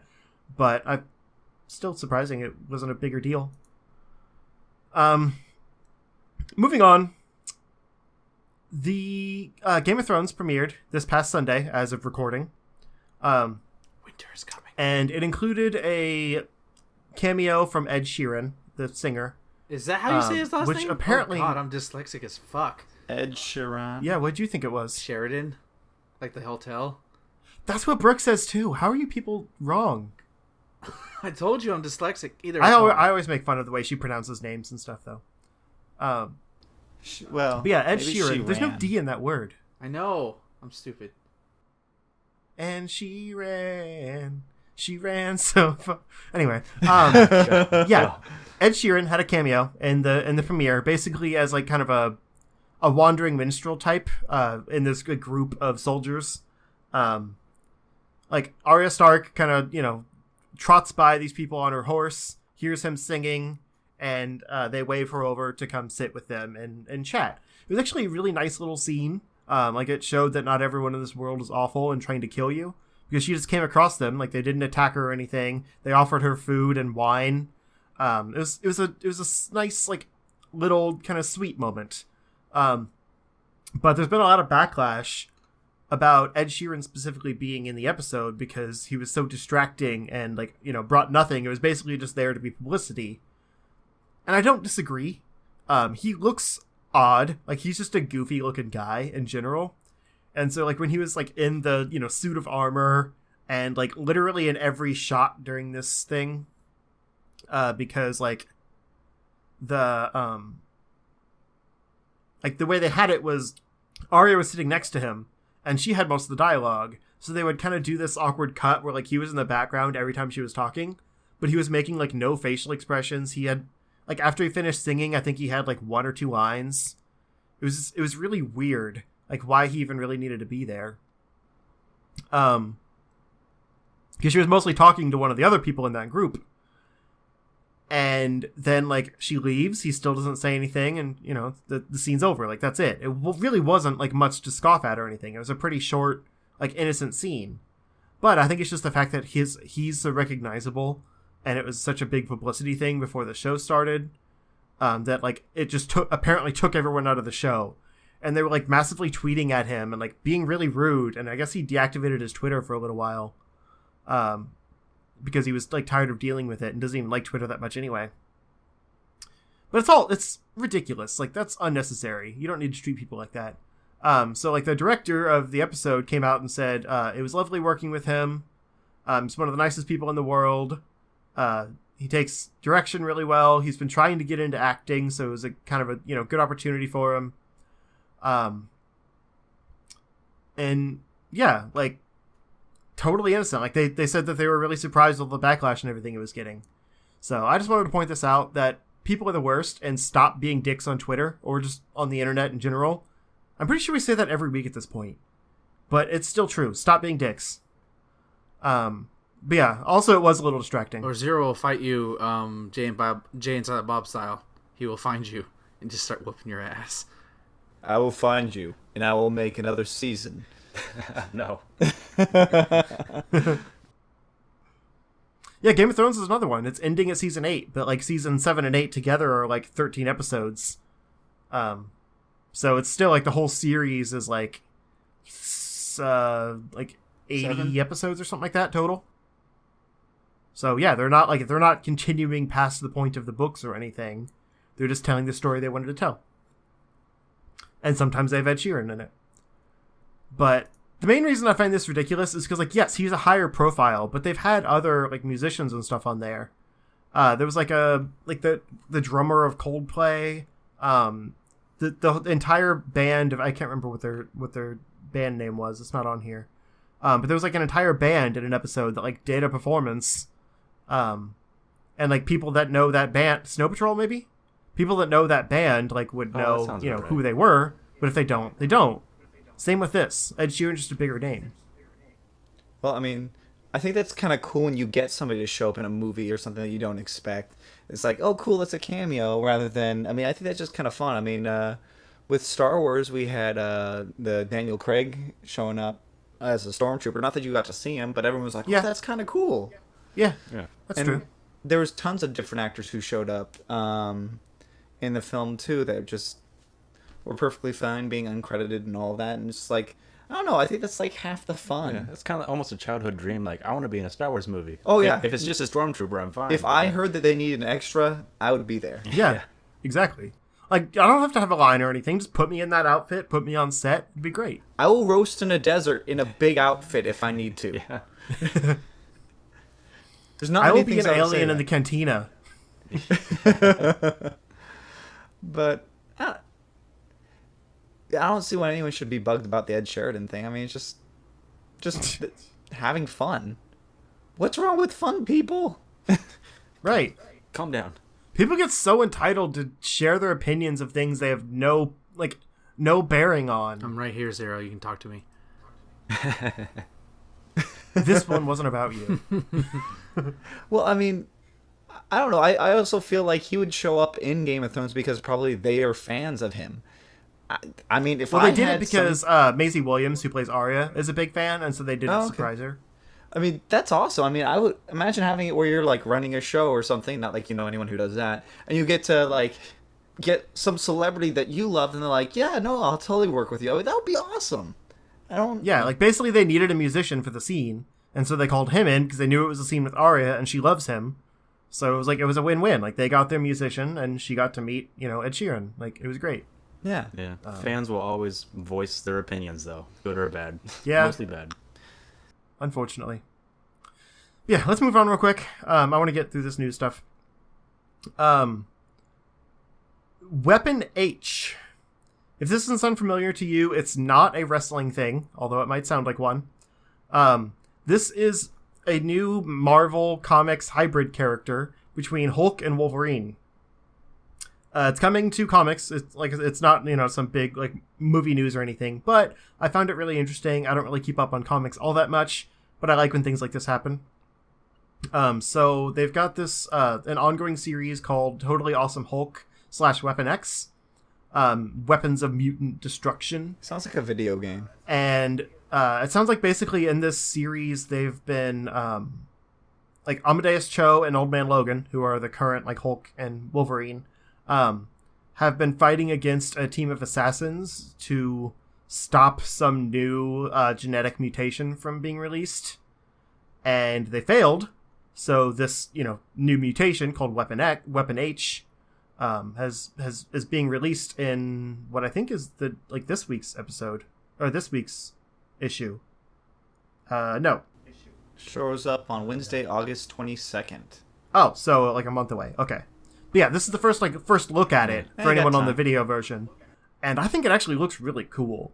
Like the weird spikes coming out of them are kind of strange. I assume it's because like probably they put adamantium in the bones, and so like the other bones are like jutting out. All the adamantium like overflows and juts out of them. but it's basically like a giant Hulk character with claws. It's terrifying. Well, because Hulk can regenerate, as can Wolverine, right? And so, is he going to be like super regenerative? He's going to have the claws, He's gonna have the strength. Yeah. and he's going to be a mixture of the two angriest Marvel characters. Yeah. And he's gonna be green. These are two characters that are almost impossible to kill, as comics have proven, and they combine them into one freaking unstoppable monster. I'm pretty sure this could go toe to toe with Thanos, unless he's just completely brain dead. I mean, Amadeus Cho is a smarter Hulk, so if they used his genetics, then he's probably pretty smart. That's what I'm thinking. Yeah, this is dumb. Oh This man, is dumb. Even by comic book standards, this is dumb. No, he just looks cool. Like, he's probably He doesn't dumb. even look cool. He looks like a dumb 90s creation, and that's what I hate about it. There's good crazy, Yeah. but there's also dumb crazy, and this is dumb crazy. This is just... I ain't got nothing better, so I let's don't know. combine I it. like it. I just want to see what it can do. Like I said, this is a beast of a creation. He's going to And hurt it's people. going to be really hard to take down. and then they just totally one shot him because apparently it doesn't have a healing factor for whatever reason. Oh, Yeah. Bullets They'll work. probably chuck him into Oh, space. that was cool. They'll probably chuck him into space or the moon, or like he'll get sealed away somewhere. That's how it ends. Probably. Yeah, I am contractually obligated to share this joke that Lo put in our Discord, and that's that like this guy's catchphrase will be, "You won't like me when I'm angry, bub." oh yes. But now we can move on. All right. The 13th Doctor was revealed, and a lot of people are mad about it. But the new Doctor is Jodie Whittaker, a lady Doctor, and she is from Broadchurch, which is the new showrunner of Doctor Who, taking over for Stephen Moffat. Is the former showrunner of Broadchurch, so it makes sense to kind of keep it in the family. She was also the female lead in Attack the Block. She's been in a few other things. She was in an episode of Black Mirror. Random other things. She's, British actors don't tend to get the same amount of love here, but she is known. Just not a huge name. But it's weird because she's blonde in this little trailer thing here, but the actress is brunette, and that's kind of offsetting to me. But that's the only thing that bothers me about it. I think it's a great choice. And, I wanted, part of me wanted them to go with something that I wanted, Haley Atwell or something. But also I'm glad they didn't, because they never do. Who would have suspected Peter Capaldi last time? Or, Matt Smith, who was a no one. Or David Tennant was... I mean, he wasn't really a no one then, but, everyone always has their top list of people, and they never Right. pick the one you expect them to. Well, I always say when it comes to a lot of those type of film or shows or films or whatever, I'd rather have somebody I'm not familiar with. Yeah. I remember everyone when Batman vs Superman was coming out, and they had Ben Affleck as Batman, and everyone was like, "Oh, Ben Affleck," and he did a good job, all things considered. That's a topic for another day, of course. But more the point is that sometimes it's a lot of more fun for me to get an actor who nobody knows of, and you're just like, let's see how you do. Let's see what happens. Right. I mean, I liked Star Wars Episode 7 for that. I mean, I'd never seen Daisy Ridley in my life. Fell in love with her the moment I saw That was her. her first You role, know? I think. It was just fun. Mm-hmm. And so, and honestly, I think it's kind of fresh to have a female doctor. She seems like she's I've heard she's a great actress. I'm willing to give it a try and see how she does. I'll definitely check it Yeah. out. Yeah. I mean, if anything, I watched the first mate. Was it up to Smith, and for whatever reason, I just never got around to Capaldi. Right. Me too. Yeah. But I mean, the fact that this, He's a different take. He's kind of more like old Doctor Who. Right. yeah. They were Well- trying to do a return to form, I think. And for me, it's like one of those things where it's like, if there's ever a show that really should embrace doing something weird and new, it's Doctor Who. That's kind of the thing that it does. That's what it's known for. Weird Yeah. stuff. Yeah. And so, completely, flipping everything on its head and doing something different. That's awesome. I love that. That's what you should be doing. Plus, they'd already built this up by having the Master regenerate into a woman, so like they established it's possible. Yep. Like, this was pretty obvious. I don't think anyone was really surprised that it was a woman. There's just a lot of people that were mad that it actually was, for whatever reason. I'm not watching again. Right. Like, oh, Doctor Who's dead to me. Like, you know, next we're going to have... I saw one comment, like I think it was a tweet, that was like, okay, well, where's our male Laura Croft? Or, like, our male Princess Leia? And, like... You know, all these, like, strong female roles. Like, let's gender swap all those. And then the response is, you know, super Indiana Jones and such, basically. That's like, stop being babies. Are you so afraid of a woman? I feel like it's all comes down to fearing of women. Stop being afraid. God damn it. Well, they do have cooties. They do. That's That's true. You should be afraid of them. Contagious, so I hear. Jesus Christ. But Babies. I hear cooties cure cancers, so they aren't so bad. Well, The more you know. to each their own. Yeah, exactly. There's research. This I just want to get my 2 cents into this. I've been saying, my friend, I don't watch Doctor Who. My best friend, Mr. Dragon, he loves Doctor Who. It's one of his favorite shows. And I've been bugging him for years, like, hey, how come Doctor Who isn't a woman? How come Doctor Who, over the course of however long at the time I asked him, it's been on air, he hasn't turned into a woman, and he would explain some bullshit like, listen, it's an alien, it's like, he told me all about the whole generation bullshit, whatever. I was like, well, why can't he be a woman? Or why it can't be a woman? That doesn't make any sense. So when I opened up the was it Sunday or Saturday? Sunday. That it was a woman. I was like, oh, they finally did it. Rejoice. That's awesome. I probably will try to watch because I'm interested. I've never been really interested in Doctor Who because it always looked cheap and not very good in my opinion. But I might. That's kind of the point. Yeah, if again, It gets better. but you know, I might give it a try. I don't know who Jodie Whittaker is, but I like that it's something vastly different than, you know, men in their 30s and their 40s and 50s. So yeah, go Jodie But Whittaker, you rock. Kind of on your point, like the thing that's actually really annoyed me about all this, like obviously the hate toward her is, you know, that's terrible. Like everyone's talked about that. But what's kind of annoyed me is all of the women that have never watched Doctor Who that are like, oh, guess it's time to start watching Doctor Who now that it's a woman. Like, they only want to watch the show because it's a woman. Like, watch what you want to watch because you enjoy it. And maybe Like, they will taking enjoy a it. stand over gender, either like on either side of the fence, is kind of sexist. I was talking to somebody about this earlier. Was that like I find that the gender should not, when you're watching something, shouldn't really dictate like how you relate to characters. I think sometimes I relate more to characters based on different things. But the great things about a film or a show is that you get a different perspective. That is the best point of a film. Exactly. I love to see a film where I'm like, oh, I never thought of it that way. I never saw this this perspective because I am, you know, I am Jake. That's who I am. That's how I see life, you know? Yeah. I find that every time there's a new Doctor, there's always the cycle of, oh, Matt Smith, I hate him. He's not like the last guy. And how dare they replace David Tennant? Yeah, then the guy after Matt Smith's like, oh, I hate him. But then after that settles down, they eventually grow to love him. Yeah. And like, oh, yeah, he was actually really good. So I think we're in that stage of like, oh, new Doctor, no, go back to the old ways. It's just going to be a little worse because, you know, this one's a female. But, like, we had a topic a few weeks ago about racial identity and how, like, you know, you don't have to relate to someone physically to relate to, like, their struggle and, like, their character and everything. And this is the same thing. Like, I've been to multiple comic conventions and stuff where, like, women were dressed up as whatever their favorite Doctor was. Just, you know, like, suit and bow tie. Like, sure, they're a woman, but they can dress up like the Doctor. They can carry around their sonic screwdriver. They can, you know, wear a fez, be Matt Smith. Like, you don't have to care about the gender. Right, but just watch something Zero, because you're gonna again, watch it. even if we don't, and I agree with you on that because we had the discussion, a lot of people, that is important, and you can't simply discredit them.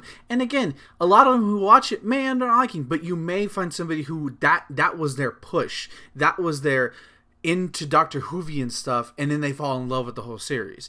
Sometimes you just need that little bit of an in, and I don't agree with their opinion, like, well, I'm going to start watching it because of a woman. Because I'm a woman, I'm a woman, therefore I'm going to understand it better. But you will find out, it'll weed out the people who will like Doctor Who and who won't, and the people who will stay will become fans just like anybody else.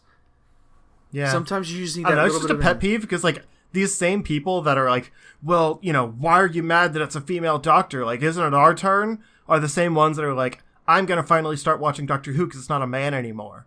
It's like, those are the two sides of the same argument. You are the problem. Yeah. Yeah.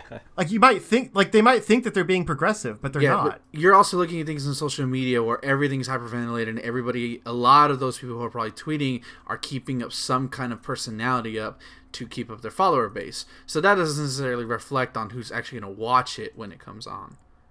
Yeah, I know. I just kind of wanted to give that PSA because these people think that they're being good and really they're just being exactly the same as the ones that are mad. Radicalization is never good either. Like, I'm just excited, like, because I like Doctor Who. Like, I'm not caught up on the newest season because I wasn't watching it week to week. But I've been watching the show since the reboot. I didn't watch the original ones. And, like, it's really fun. Like, I've enjoyed almost every Doctor. I don't really care that much about Capaldi. He's fine. But my favorite's actually still Christopher Eccleston. I know. Whatever. But That was my first one too. yeah, he's great. Yeah, He didn't get enough time.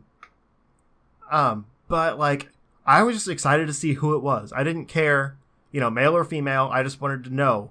And now that it is a female, I'm like, okay, I really want to see like what different things they do with the story here.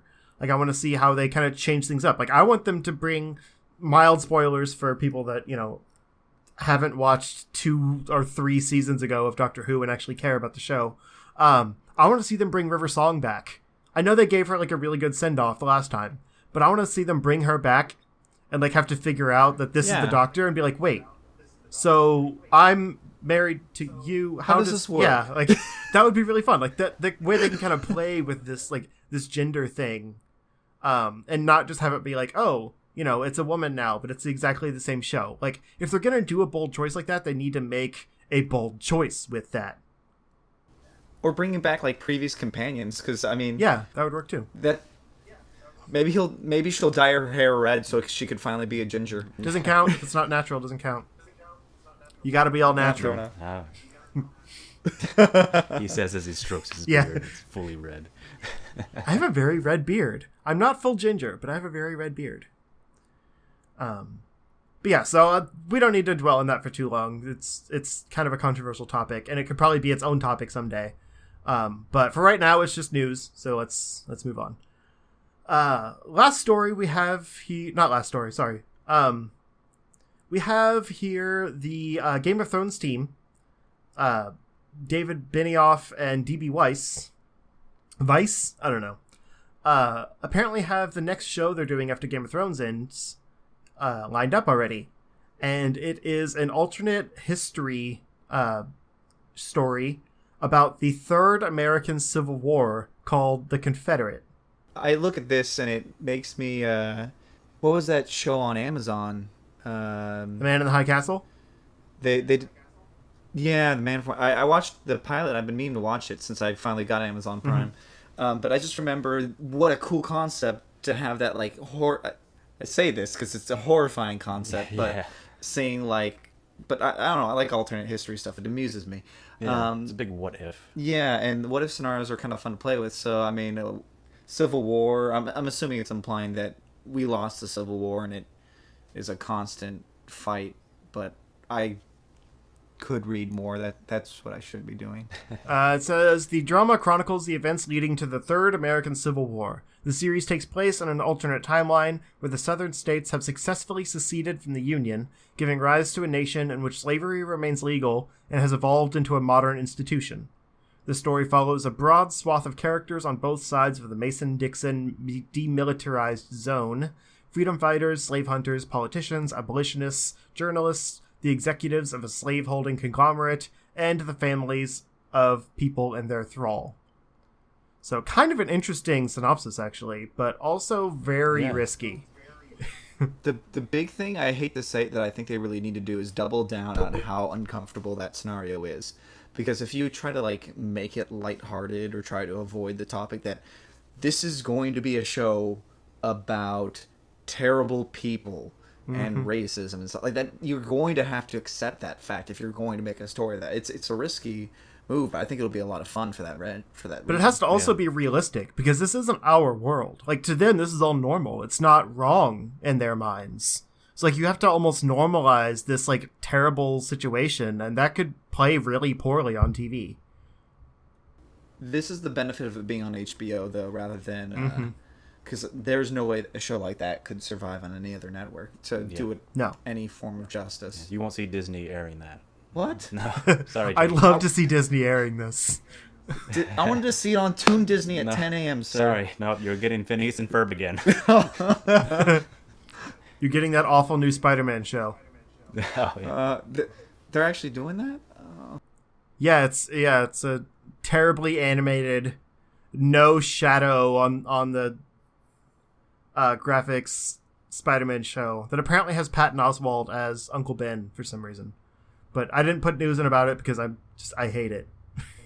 No, you're good. We can let that die just like Uncle Ben. Purge it from our minds. Right. I'll cut that part of the podcast. Yeah. Oh man. But yeah, I mean, I think I'd like to check it out. I think it will be definitely just a really tough one to do. I wouldn't want to be in their scenario. No, sounds a little dangerous, especially like this is only their second show. Like Game of Thrones was their first show, which is surprising when you think about it. And they've had 7 seasons of that show to kind of figure out how to run a show and kind of do some, touchy topics and stuff like incest and all that kind of thing. But this is a totally different scenario. Like they have to gently, but also normally, like compose this idea of a world where slavery is okay. That's risky for such new showrunners.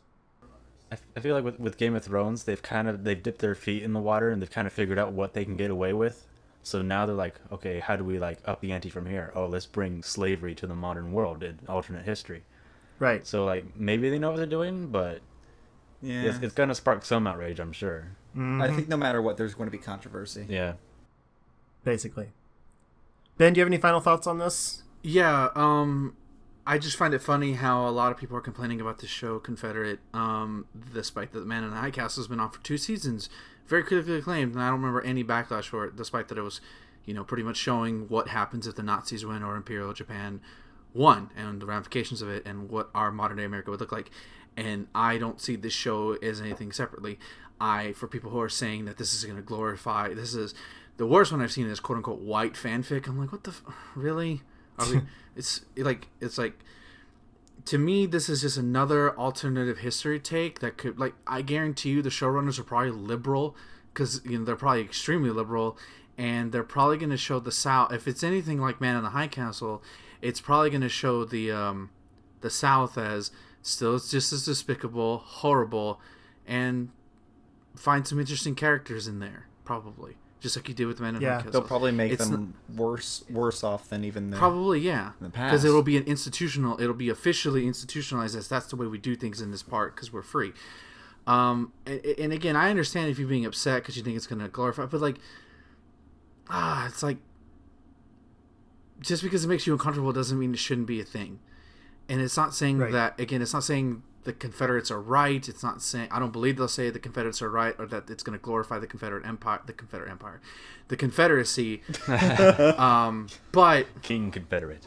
what I will say is that give the show a chance. It could be good. It could provide for some thought. It could be entertaining.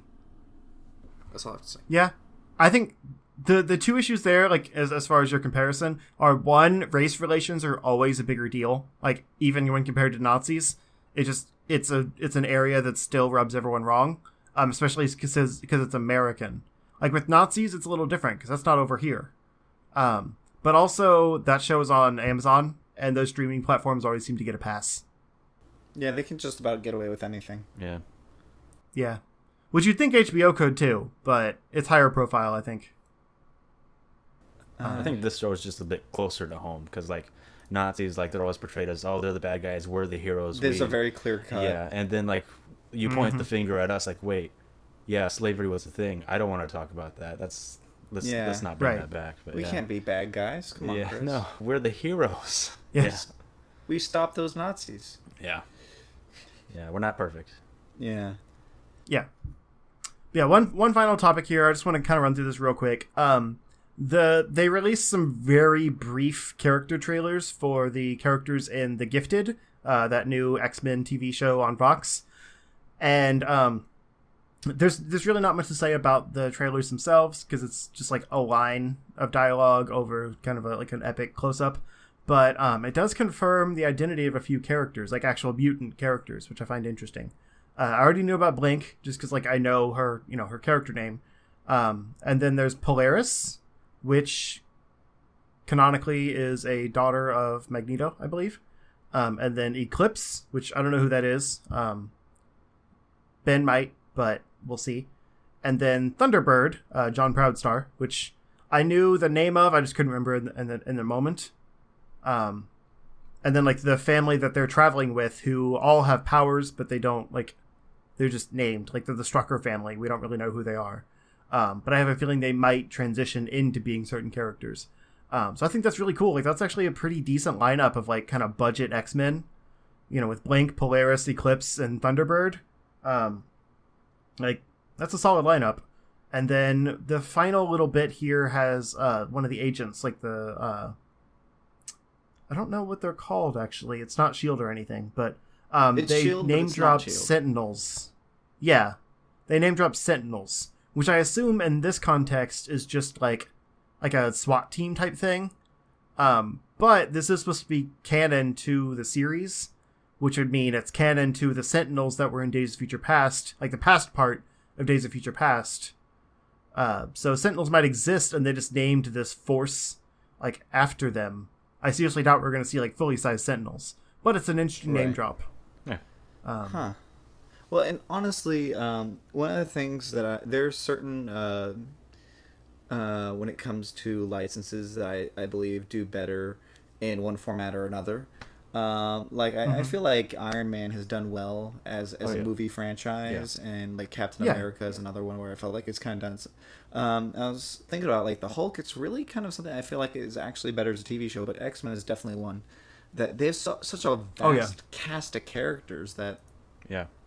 I don't know. I feel like I'd rather have. I'm glad they're doing a TV show for this, just to kind of let some of the characters breathe, have a little fun. Mm-hmm. Plus, it feels like just a high budget, like heroes show or high profile heroes show. I guess it looks like it has an okay budget. Like I've seen some of the effects in the other trailers and stuff, and it looks good. But more high profile because the characters are actually like people that we know from comics and stuff. Right. It's not just like, hey, we made this person up. Yeah. we're So going there's to make some a show extra kind of about- meat there. Here's Agents of Shield. Care about our new characters. Yeah. Right. And S.H.I.E.L.D.'s gotten better by introducing other characters. Like, they had Ghost Rider last season. Like, that was huge. Right. And, like, the LMDs and, those kind of known things. They had a little bit with the Inhumans season with, like, some real budget level, like, not necessarily named Inhumans characters that you could kind of hint were people. But this is, like, actually, like, hey, these are the X-Men characters that you know. And that's really cool. But yeah, that's all I got there for news. So let's switch back over to the last topic of the night, which was your collective topic. I said I didn't want 4 topics because we've already been running long, so I had you guys come up with one together. And you want to just talk about like board games, card games, that kind of like, fun, like tabletop gaming style, right? Right. Well, I mean, it's one of those things that I didn't get into until probably like 3 years ago or 4 years ago. I don't know why I hadn't ever done as much as I have. He and I were playing with some other friends. We were playing Betrayal House on the Hill, which is like Scooby-Doo meets Clue, if you haven't played it. I think you had suggested that you had. Yeah, things like that, like Settlers of Catan as well. Like, Ooh, that's a great like game. as a kid, like I played Monopoly maybe, and that was it, and maybe Mousetrap. But these days, it's like I missed out on a lot, and like I'm trying to catch up. I feel like it's one of those things that, as somebody who enjoys, I feel like it's a much more communal thing because when you have like a video game or something, you are set in the confines of how it is. Yeah, you see that wall, you can't go past it. But when you're doing something like tabletop gaming, there's usually a little more room to you can go through that wall maybe if you pass a certain roll or something. pull switch. Yeah. Pull switch. Yeah. I mean, that's going into D&D. Like I really like in the house, the hunting. I can never think of remember the name. Betrayal on. Betrayal, House on the Hill. Yeah. Like there's certain tiles you put down. Like basically you're just kind of exploring a mansion, and as you go into like through a door, you lay down a new room tile, and like whatever that room is like, you know, the next place you're in. You could get an item, you could activate a trap, different things like that. So it's all kind of luck of the draw of like where you go. And so like, you know, you could lay down one where like you get a treasure and it's like a really good item that'll help you later, or you could get a room that's like you have to roll, you know, above a 3 to leave this room, or you'll take damage or something like that. And then like whenever the game changes, there's like basically at a certain point, depending on something you trigger, it'll actually activate like a scenario, and there's like 30 of those or something like that, depending on what There's room even like you're an in. expansion for a stupid amount. Oh wow. More. It depends on what room you're in, what item you have on you, who else is on the playing board, things like that. And these different things are kind of like horror scenarios.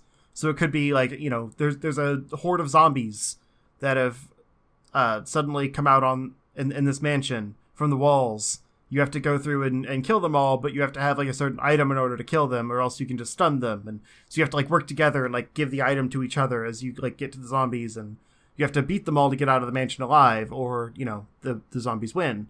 And so like different scenarios like that, and they all just kind of trigger at random times. And so it's like it's a very simple kind of board game mechanic, but then that happens and suddenly it's like almost a D&D adventure game where like you're dealing with whatever this situation is that's been laid out. And so like they have a lot of situations for variety of gameplay. Well, and what's great about it is, and I always say this is the sign of a great game, is when you can get with your friends afterward and you're just kind of talking about how that went down. Yeah. Like, what was it? Last night we had it where it was playing out essentially Saw. We had to get like keys to unlock our neck collars that were about to behead us. Yeah, it's different every time. Yeah. Yeah, but like the betrayer ends up getting a gun. He's like shooting the crap out of my roommate, and Yeah, I just like the D&D type thing to it. Like I always give myself a backstory. Like that one game, I was the old man. Oh, and yeah. I ended up like I hoarded like all these weapons. Like I'm a Vietnam veteran and stay away from me. And I've seen stuff. I ended up being like the last person alive against the betrayer. I'm like, come at me. And we like, called you Agent Orange. Yeah, my name was Agent Orange, which may not be the best name, but It's pretty great. it took a long time to bring me down. My favorite's like the little girl in that game, because it's like you can get to the end of the game and have all the stuff, and it's just like a little girl versus the apocalypse basically, and it's the best feeling when you win. Oh man. Well, and the thing that I love about games of that nature is a lot of games can get away with not copyright infringement, but at that level where you can argue it's essentially that. Yeah, you know what they're talking about. Yeah, it just kind of makes it a close little more enough. fun. Yeah, like I don't know, a lot of these games have been doing a lot of references to pop culture. Another game that I really like, and I don't know if any of you guys have ever played, is called Dead of Winter. I haven't heard that. It's My brother got it for Christmas, but we haven't played it yet. it's super fun. But the big thing is you kind of run small parties. You like 1 to like I think 3 or 4 people you can have. And basically, as the title suggests, you're fighting off the undead in the middle of winter. So you're having to get resources, try to keep everybody alive, trying to keep off the hordes. But the thing that was really cool about this game is you have your own personal agenda. And that affects if you win or not at the end of the game. And you have to finish your agenda. And sometimes all of your agendas can meet up. Sometimes there's somebody who's going to betray everyone. I had one that made me like a straight up arsonist. Like I had to just burn like tons of things, and Not far from real life. it isn't. I'll go get my matches. No. But I mean, that's I don't know. I there's something about that. I always love games that are cooperative. I feel like that's something. Like, don't get me wrong. I'm a fierce Monopoly player.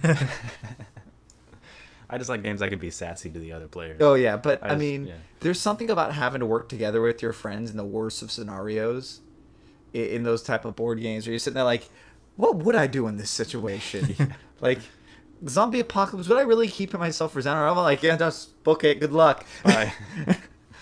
Here's a cookie. Yeah, one of my favorites that I haven't been to play in a while is Munchkin, because you need such a big group for it. Oh, But like yeah, that kind of goes back to what you said about like, you know, when they make nods to things that you know, it's like that literally kind of like winks at you. It's like, you know, like the sword of evil mastery or something, and it's like, okay, this looks just like the Master Sword. You know what you're doing. Like the description will be, you know, very very tongue in cheek and yeah, like those kind of things like let you have some fun. Like there's some storytelling elements to it, but it's not like just straight up role playing. It's like there's an actual, you know, board and card element to it, while also kind of giving you the creative freedom. It's not like Monopoly, which even like even with Monopoly, like I played with everything as a kid. Like whatever it was, I could come up with something for it. So like I would set up stuff on Monopoly boards where it's like, you know, you put up your houses and hotels and things like that, and I would like run the pieces around like they actually like lived in these houses and stuff, and they like interact with each other on the board. And so to me everything was a tabletop experience when I was a kid, but that's because I didn't have any friends and I needed something to keep me entertained. But there I miss my imagination. As I a know, but now like we have these experiences that like help our imagination grow, so it helps. Well, I always say that's how you keep yourself from because you either have it where you're force-fed media and you just accept it and you don't that's what I love about stuff like that is you get to sit down and go, all right, how do I conceptually go about this? It really like me and my friends also do Pathfinder, which is essentially D&D.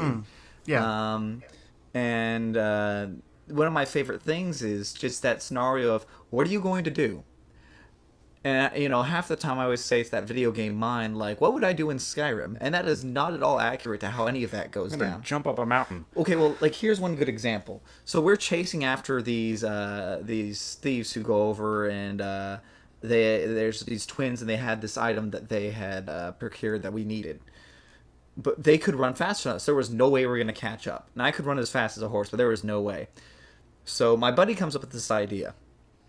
We're in this middle of this just gigantic forest, and he's like, so we could either A, chase them, or B, I can use Charm Animal and try to charm a giant bird. So Oh, I see where it's going. next thing you know, we get my buddy who's the barbarian, we throw him out there to pretty much bother the hatchlings, and this giant rock flies up, and somehow, just narrowly, he's able to charm the thing. And so we come chasing after these people on this giant rock, just going crazy. And apparently terrorizing the towns next door. But, you know, you can't... Those are the scenarios you look forward to in board games and tabletop games. I mean, that's why I love them. Mm-hmm. There's something about that level of freedom of, yeah, I shouldn't do this. Or maybe that doesn't make sense, but I'm going to. Yeah, and I think like to me, a lot of these tabletop games and card games and things like that are just kind of like an entry level into things like D&D, because you know you're learning the ropes in like a more structured environment. Because like with Munchkin, for example, like you're getting equipment, you're beating monsters, you're getting treasure, you're leveling up, but it helps all of that stuff make a little more sense than it would if you're just like, hey, I'm gonna play D&D for the first time ever with no knowledge of what's going on. And then spending like an hour and a half learning all the intricacies of how to play. Whereas like Munchkin, you can probably learn in like 20 minutes, understand the basic concepts of a, fantasy role-playing game. And then if you want to learn D&D, it's like, okay, so you know how you did, you know how you leveled up and got stronger? Yeah, this works the same way, except you get new skills and stuff when you do it. Like, you know how you fought monsters? Like, yeah, this works the same way, but you don't have cards to keep track of your equipment. You have to write it all down. That kind of thing. It's like it helps you understand that stuff. Or it's a quicker way to do it. Like, I've got one game called Boss Monster, and it's literally like it's a card game. Oh, I love Boss Monster. It's great. It's like in this little bitty box, just like kind of the size of like a Cards Against Humanity box. Oh, you've got it? Mine's in the other room. Yep, I got it. And the game Here. Yeah. It's like a very retro kind of like 8-bit feel. All the cards are really cool, stylized. But the game is basically like you have like a deck of cards that you pull out, and they're all room cards or like magic or spell or trap cards. So like you create your rooms. You can have like a 5-room dungeon, and then like you flip over a fighter card, and they go to whatever dungeon like has more like would draw that character. There's different things in your rooms that kind of designate what enemy would come to you.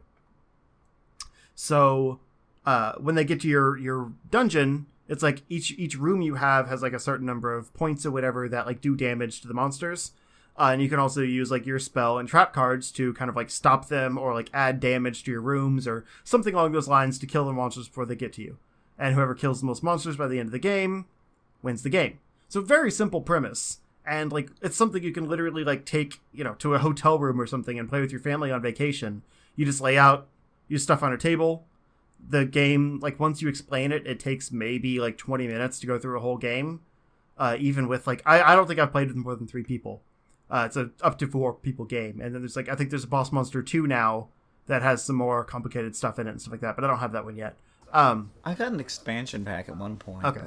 But yeah, so like things like that, it's very simple, but like it gives you that same kind of feel of like a big like D&D campaign or something, and kind of like minimized, like easier to understand form. So I think that's kind of the novelty of like board games and card games and stuff. They're really fun in a condensed way. That's the best part. I mean, like it's also, as we were talking about using your imagination. I mean, let's be real here. Every now and then we always sit there like, man, it'd be fun to be the bad guy.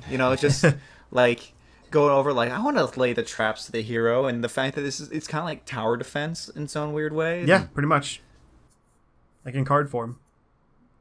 Yeah, but I mean, there's just that certain level of just like, yeah, beat like 15 heroes.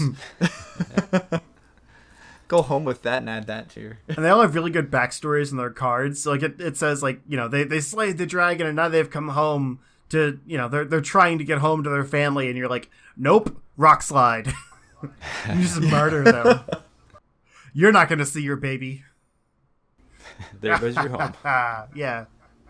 I thought you liked this character. Too bad. And they have a lot of those spoof things too, like Munchkin. Like there's characters that are clearly like pulled from media, or like there's the obvious like Final Fantasy references and things like that. So there's a lot of fun things there. Right. But all of these games are recommended if you have a group that you've been wanting to play games with. Oh yeah, not without question, phenomenal games. Yeah. And my brother has one called Pandemic that we played once. He's played it multiple times, but I've only played it once. And that's a little more complicated, but it's pretty fun too. You're basically getting together to find a cure to stop some kind of disease, and all of it's kind of like rolled randomly at the beginning. So you could have there's like I think 5 different kinds of disease, which have different ways you have to stop them, and each person takes a different like character card where they have a different role to play during the thing. It's essentially like World War Z, but board game. World War Z, the board game. Yeah. I find I lose that game more than I win it, but it's really satisfying when I do win it. Yeah. And if you want one other obscure title that I really love, it's this game called Bang. Like Bang. There's a card version, there's a dice version. I prefer the dice version. The whole basic premise is like, think of spaghetti western where everyone's held up at each other and they got their guns out. You literally are based around who's surrounded in the circle. And you can shoot like a certain distance. Like you can shoot like 1 or 2 across. Oh, yeah. But what makes it important is that like one person's the sheriff, and that's the only person that you know, and everybody else's jobs are hidden. Like you can have outlaws, you can have the renegade, and you can have like the deputy. Okay. It's kind of like Mafia. Yeah. Or Werewolf. But it's active. Or Secret Hitler. There's so many games like that. Oh, yeah. Oh, Secret Hitler, yeah. That takes me back. Yeah. Oh, man. But I always love those type of games where you're just like, who are you? Yeah, and there's a story playing element to that too. Because like you're just kind of talking to each other and it's like, what you're saying is kind of suspicious. And then like, you wake up dead, or metaphorically speaking, you wake up dead. I've never understood that phrase, but I don't know how another way to say it. And then it's like, oh, okay, they're dead. So like, who was suspicious of them? Like, then it's this whole mind game, but it's also like you kind of end up embodying these roles just naturally by playing the game. Oh man. I need more game nights. I need friends. You guys need to move here. Okay, California's so too expensive. You move we'll here. jump through the computer, Right. and if you hear a loud screeching noise, it's probably me running into my TV. Okay. Yeah. You'll hear me call No, like 911 the thing is, like, kind of real quick. There's a lot of ways to do this stuff online. If you have the time and people to do it, just while we're kind of wrapping up all the cool board game stuff. Tabletop Simulator. If you have that on Steam, a lot of these games are kind of in like a weird, like a virtual form in Tabletop Simulator that you can get through like the community tab.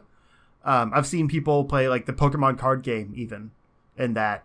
On top of like regular board games like Monopoly and that kind of stuff. But also, people will make literally every game you can think of. There's also a Steam version of Super Fight, which is another really fun like group card game that I didn't talk about. But it's really great too. And I believe it's free, actually. I've got it, like, when it was free, if it's not anymore. But yeah, Super Fight's another great one that you can get on Steam.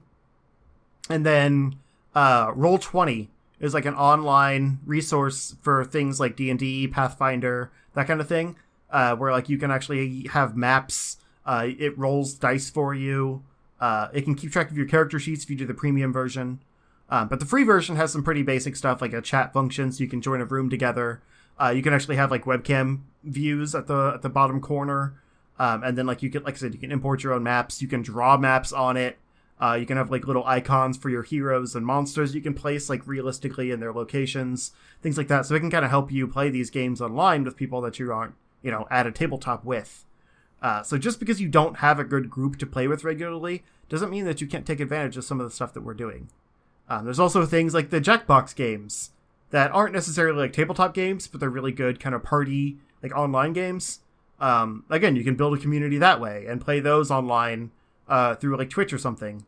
Because as long as the person hosting the game like shows you their screen, you use a code on your phone to play. So you're getting all the information there, and you've got any supplementary information you need from the stream. So yeah, in this day and age, there's so many ways to like enjoy things with a group, whether it's at an actual tabletop or, over the internet. Some of these cases, like if you both own a card game, you could basically like have, a video feed of your layout and their layout and play together, even though you both have, like you're not playing from the same deck. Right. There's plenty of ways to do this kind of stuff. Difference. Yeah. So like if we make you sound sad that you don't have a good group to play with, like, let us know. We all exist on the internet. We're all friends. Yeah. I mean, I'm so lonely. Chris, friendship. I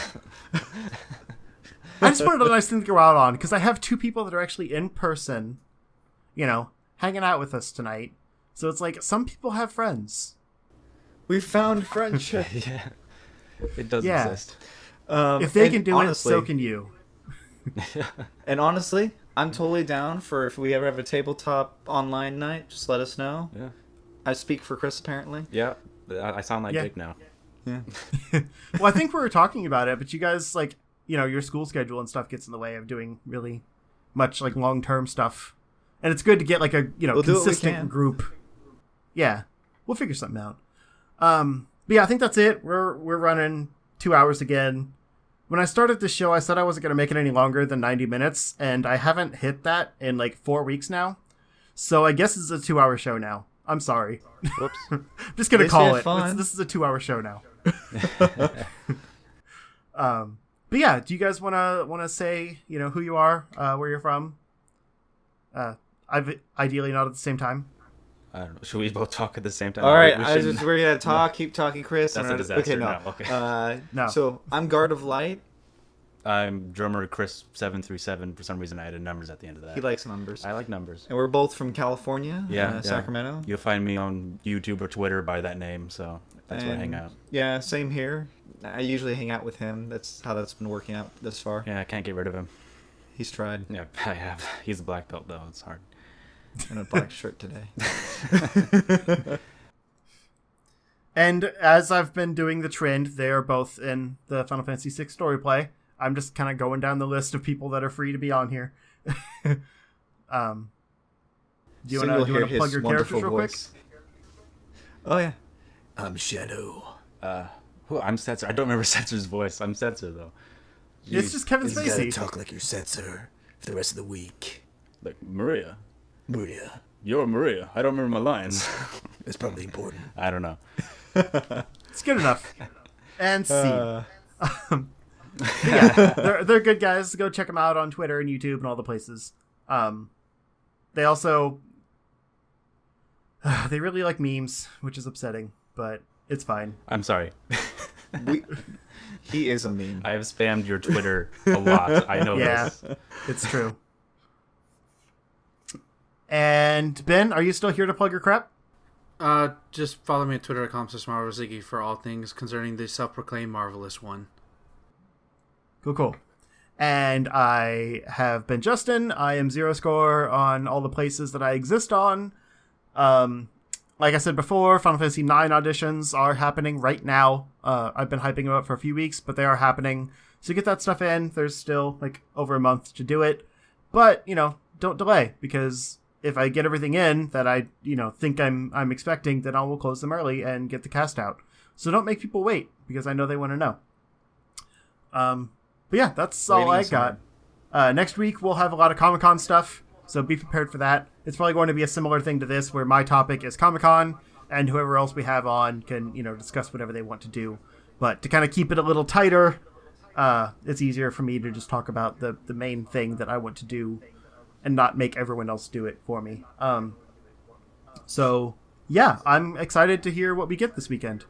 But that's all I got. So until next time, stay charged. Thanks, guys.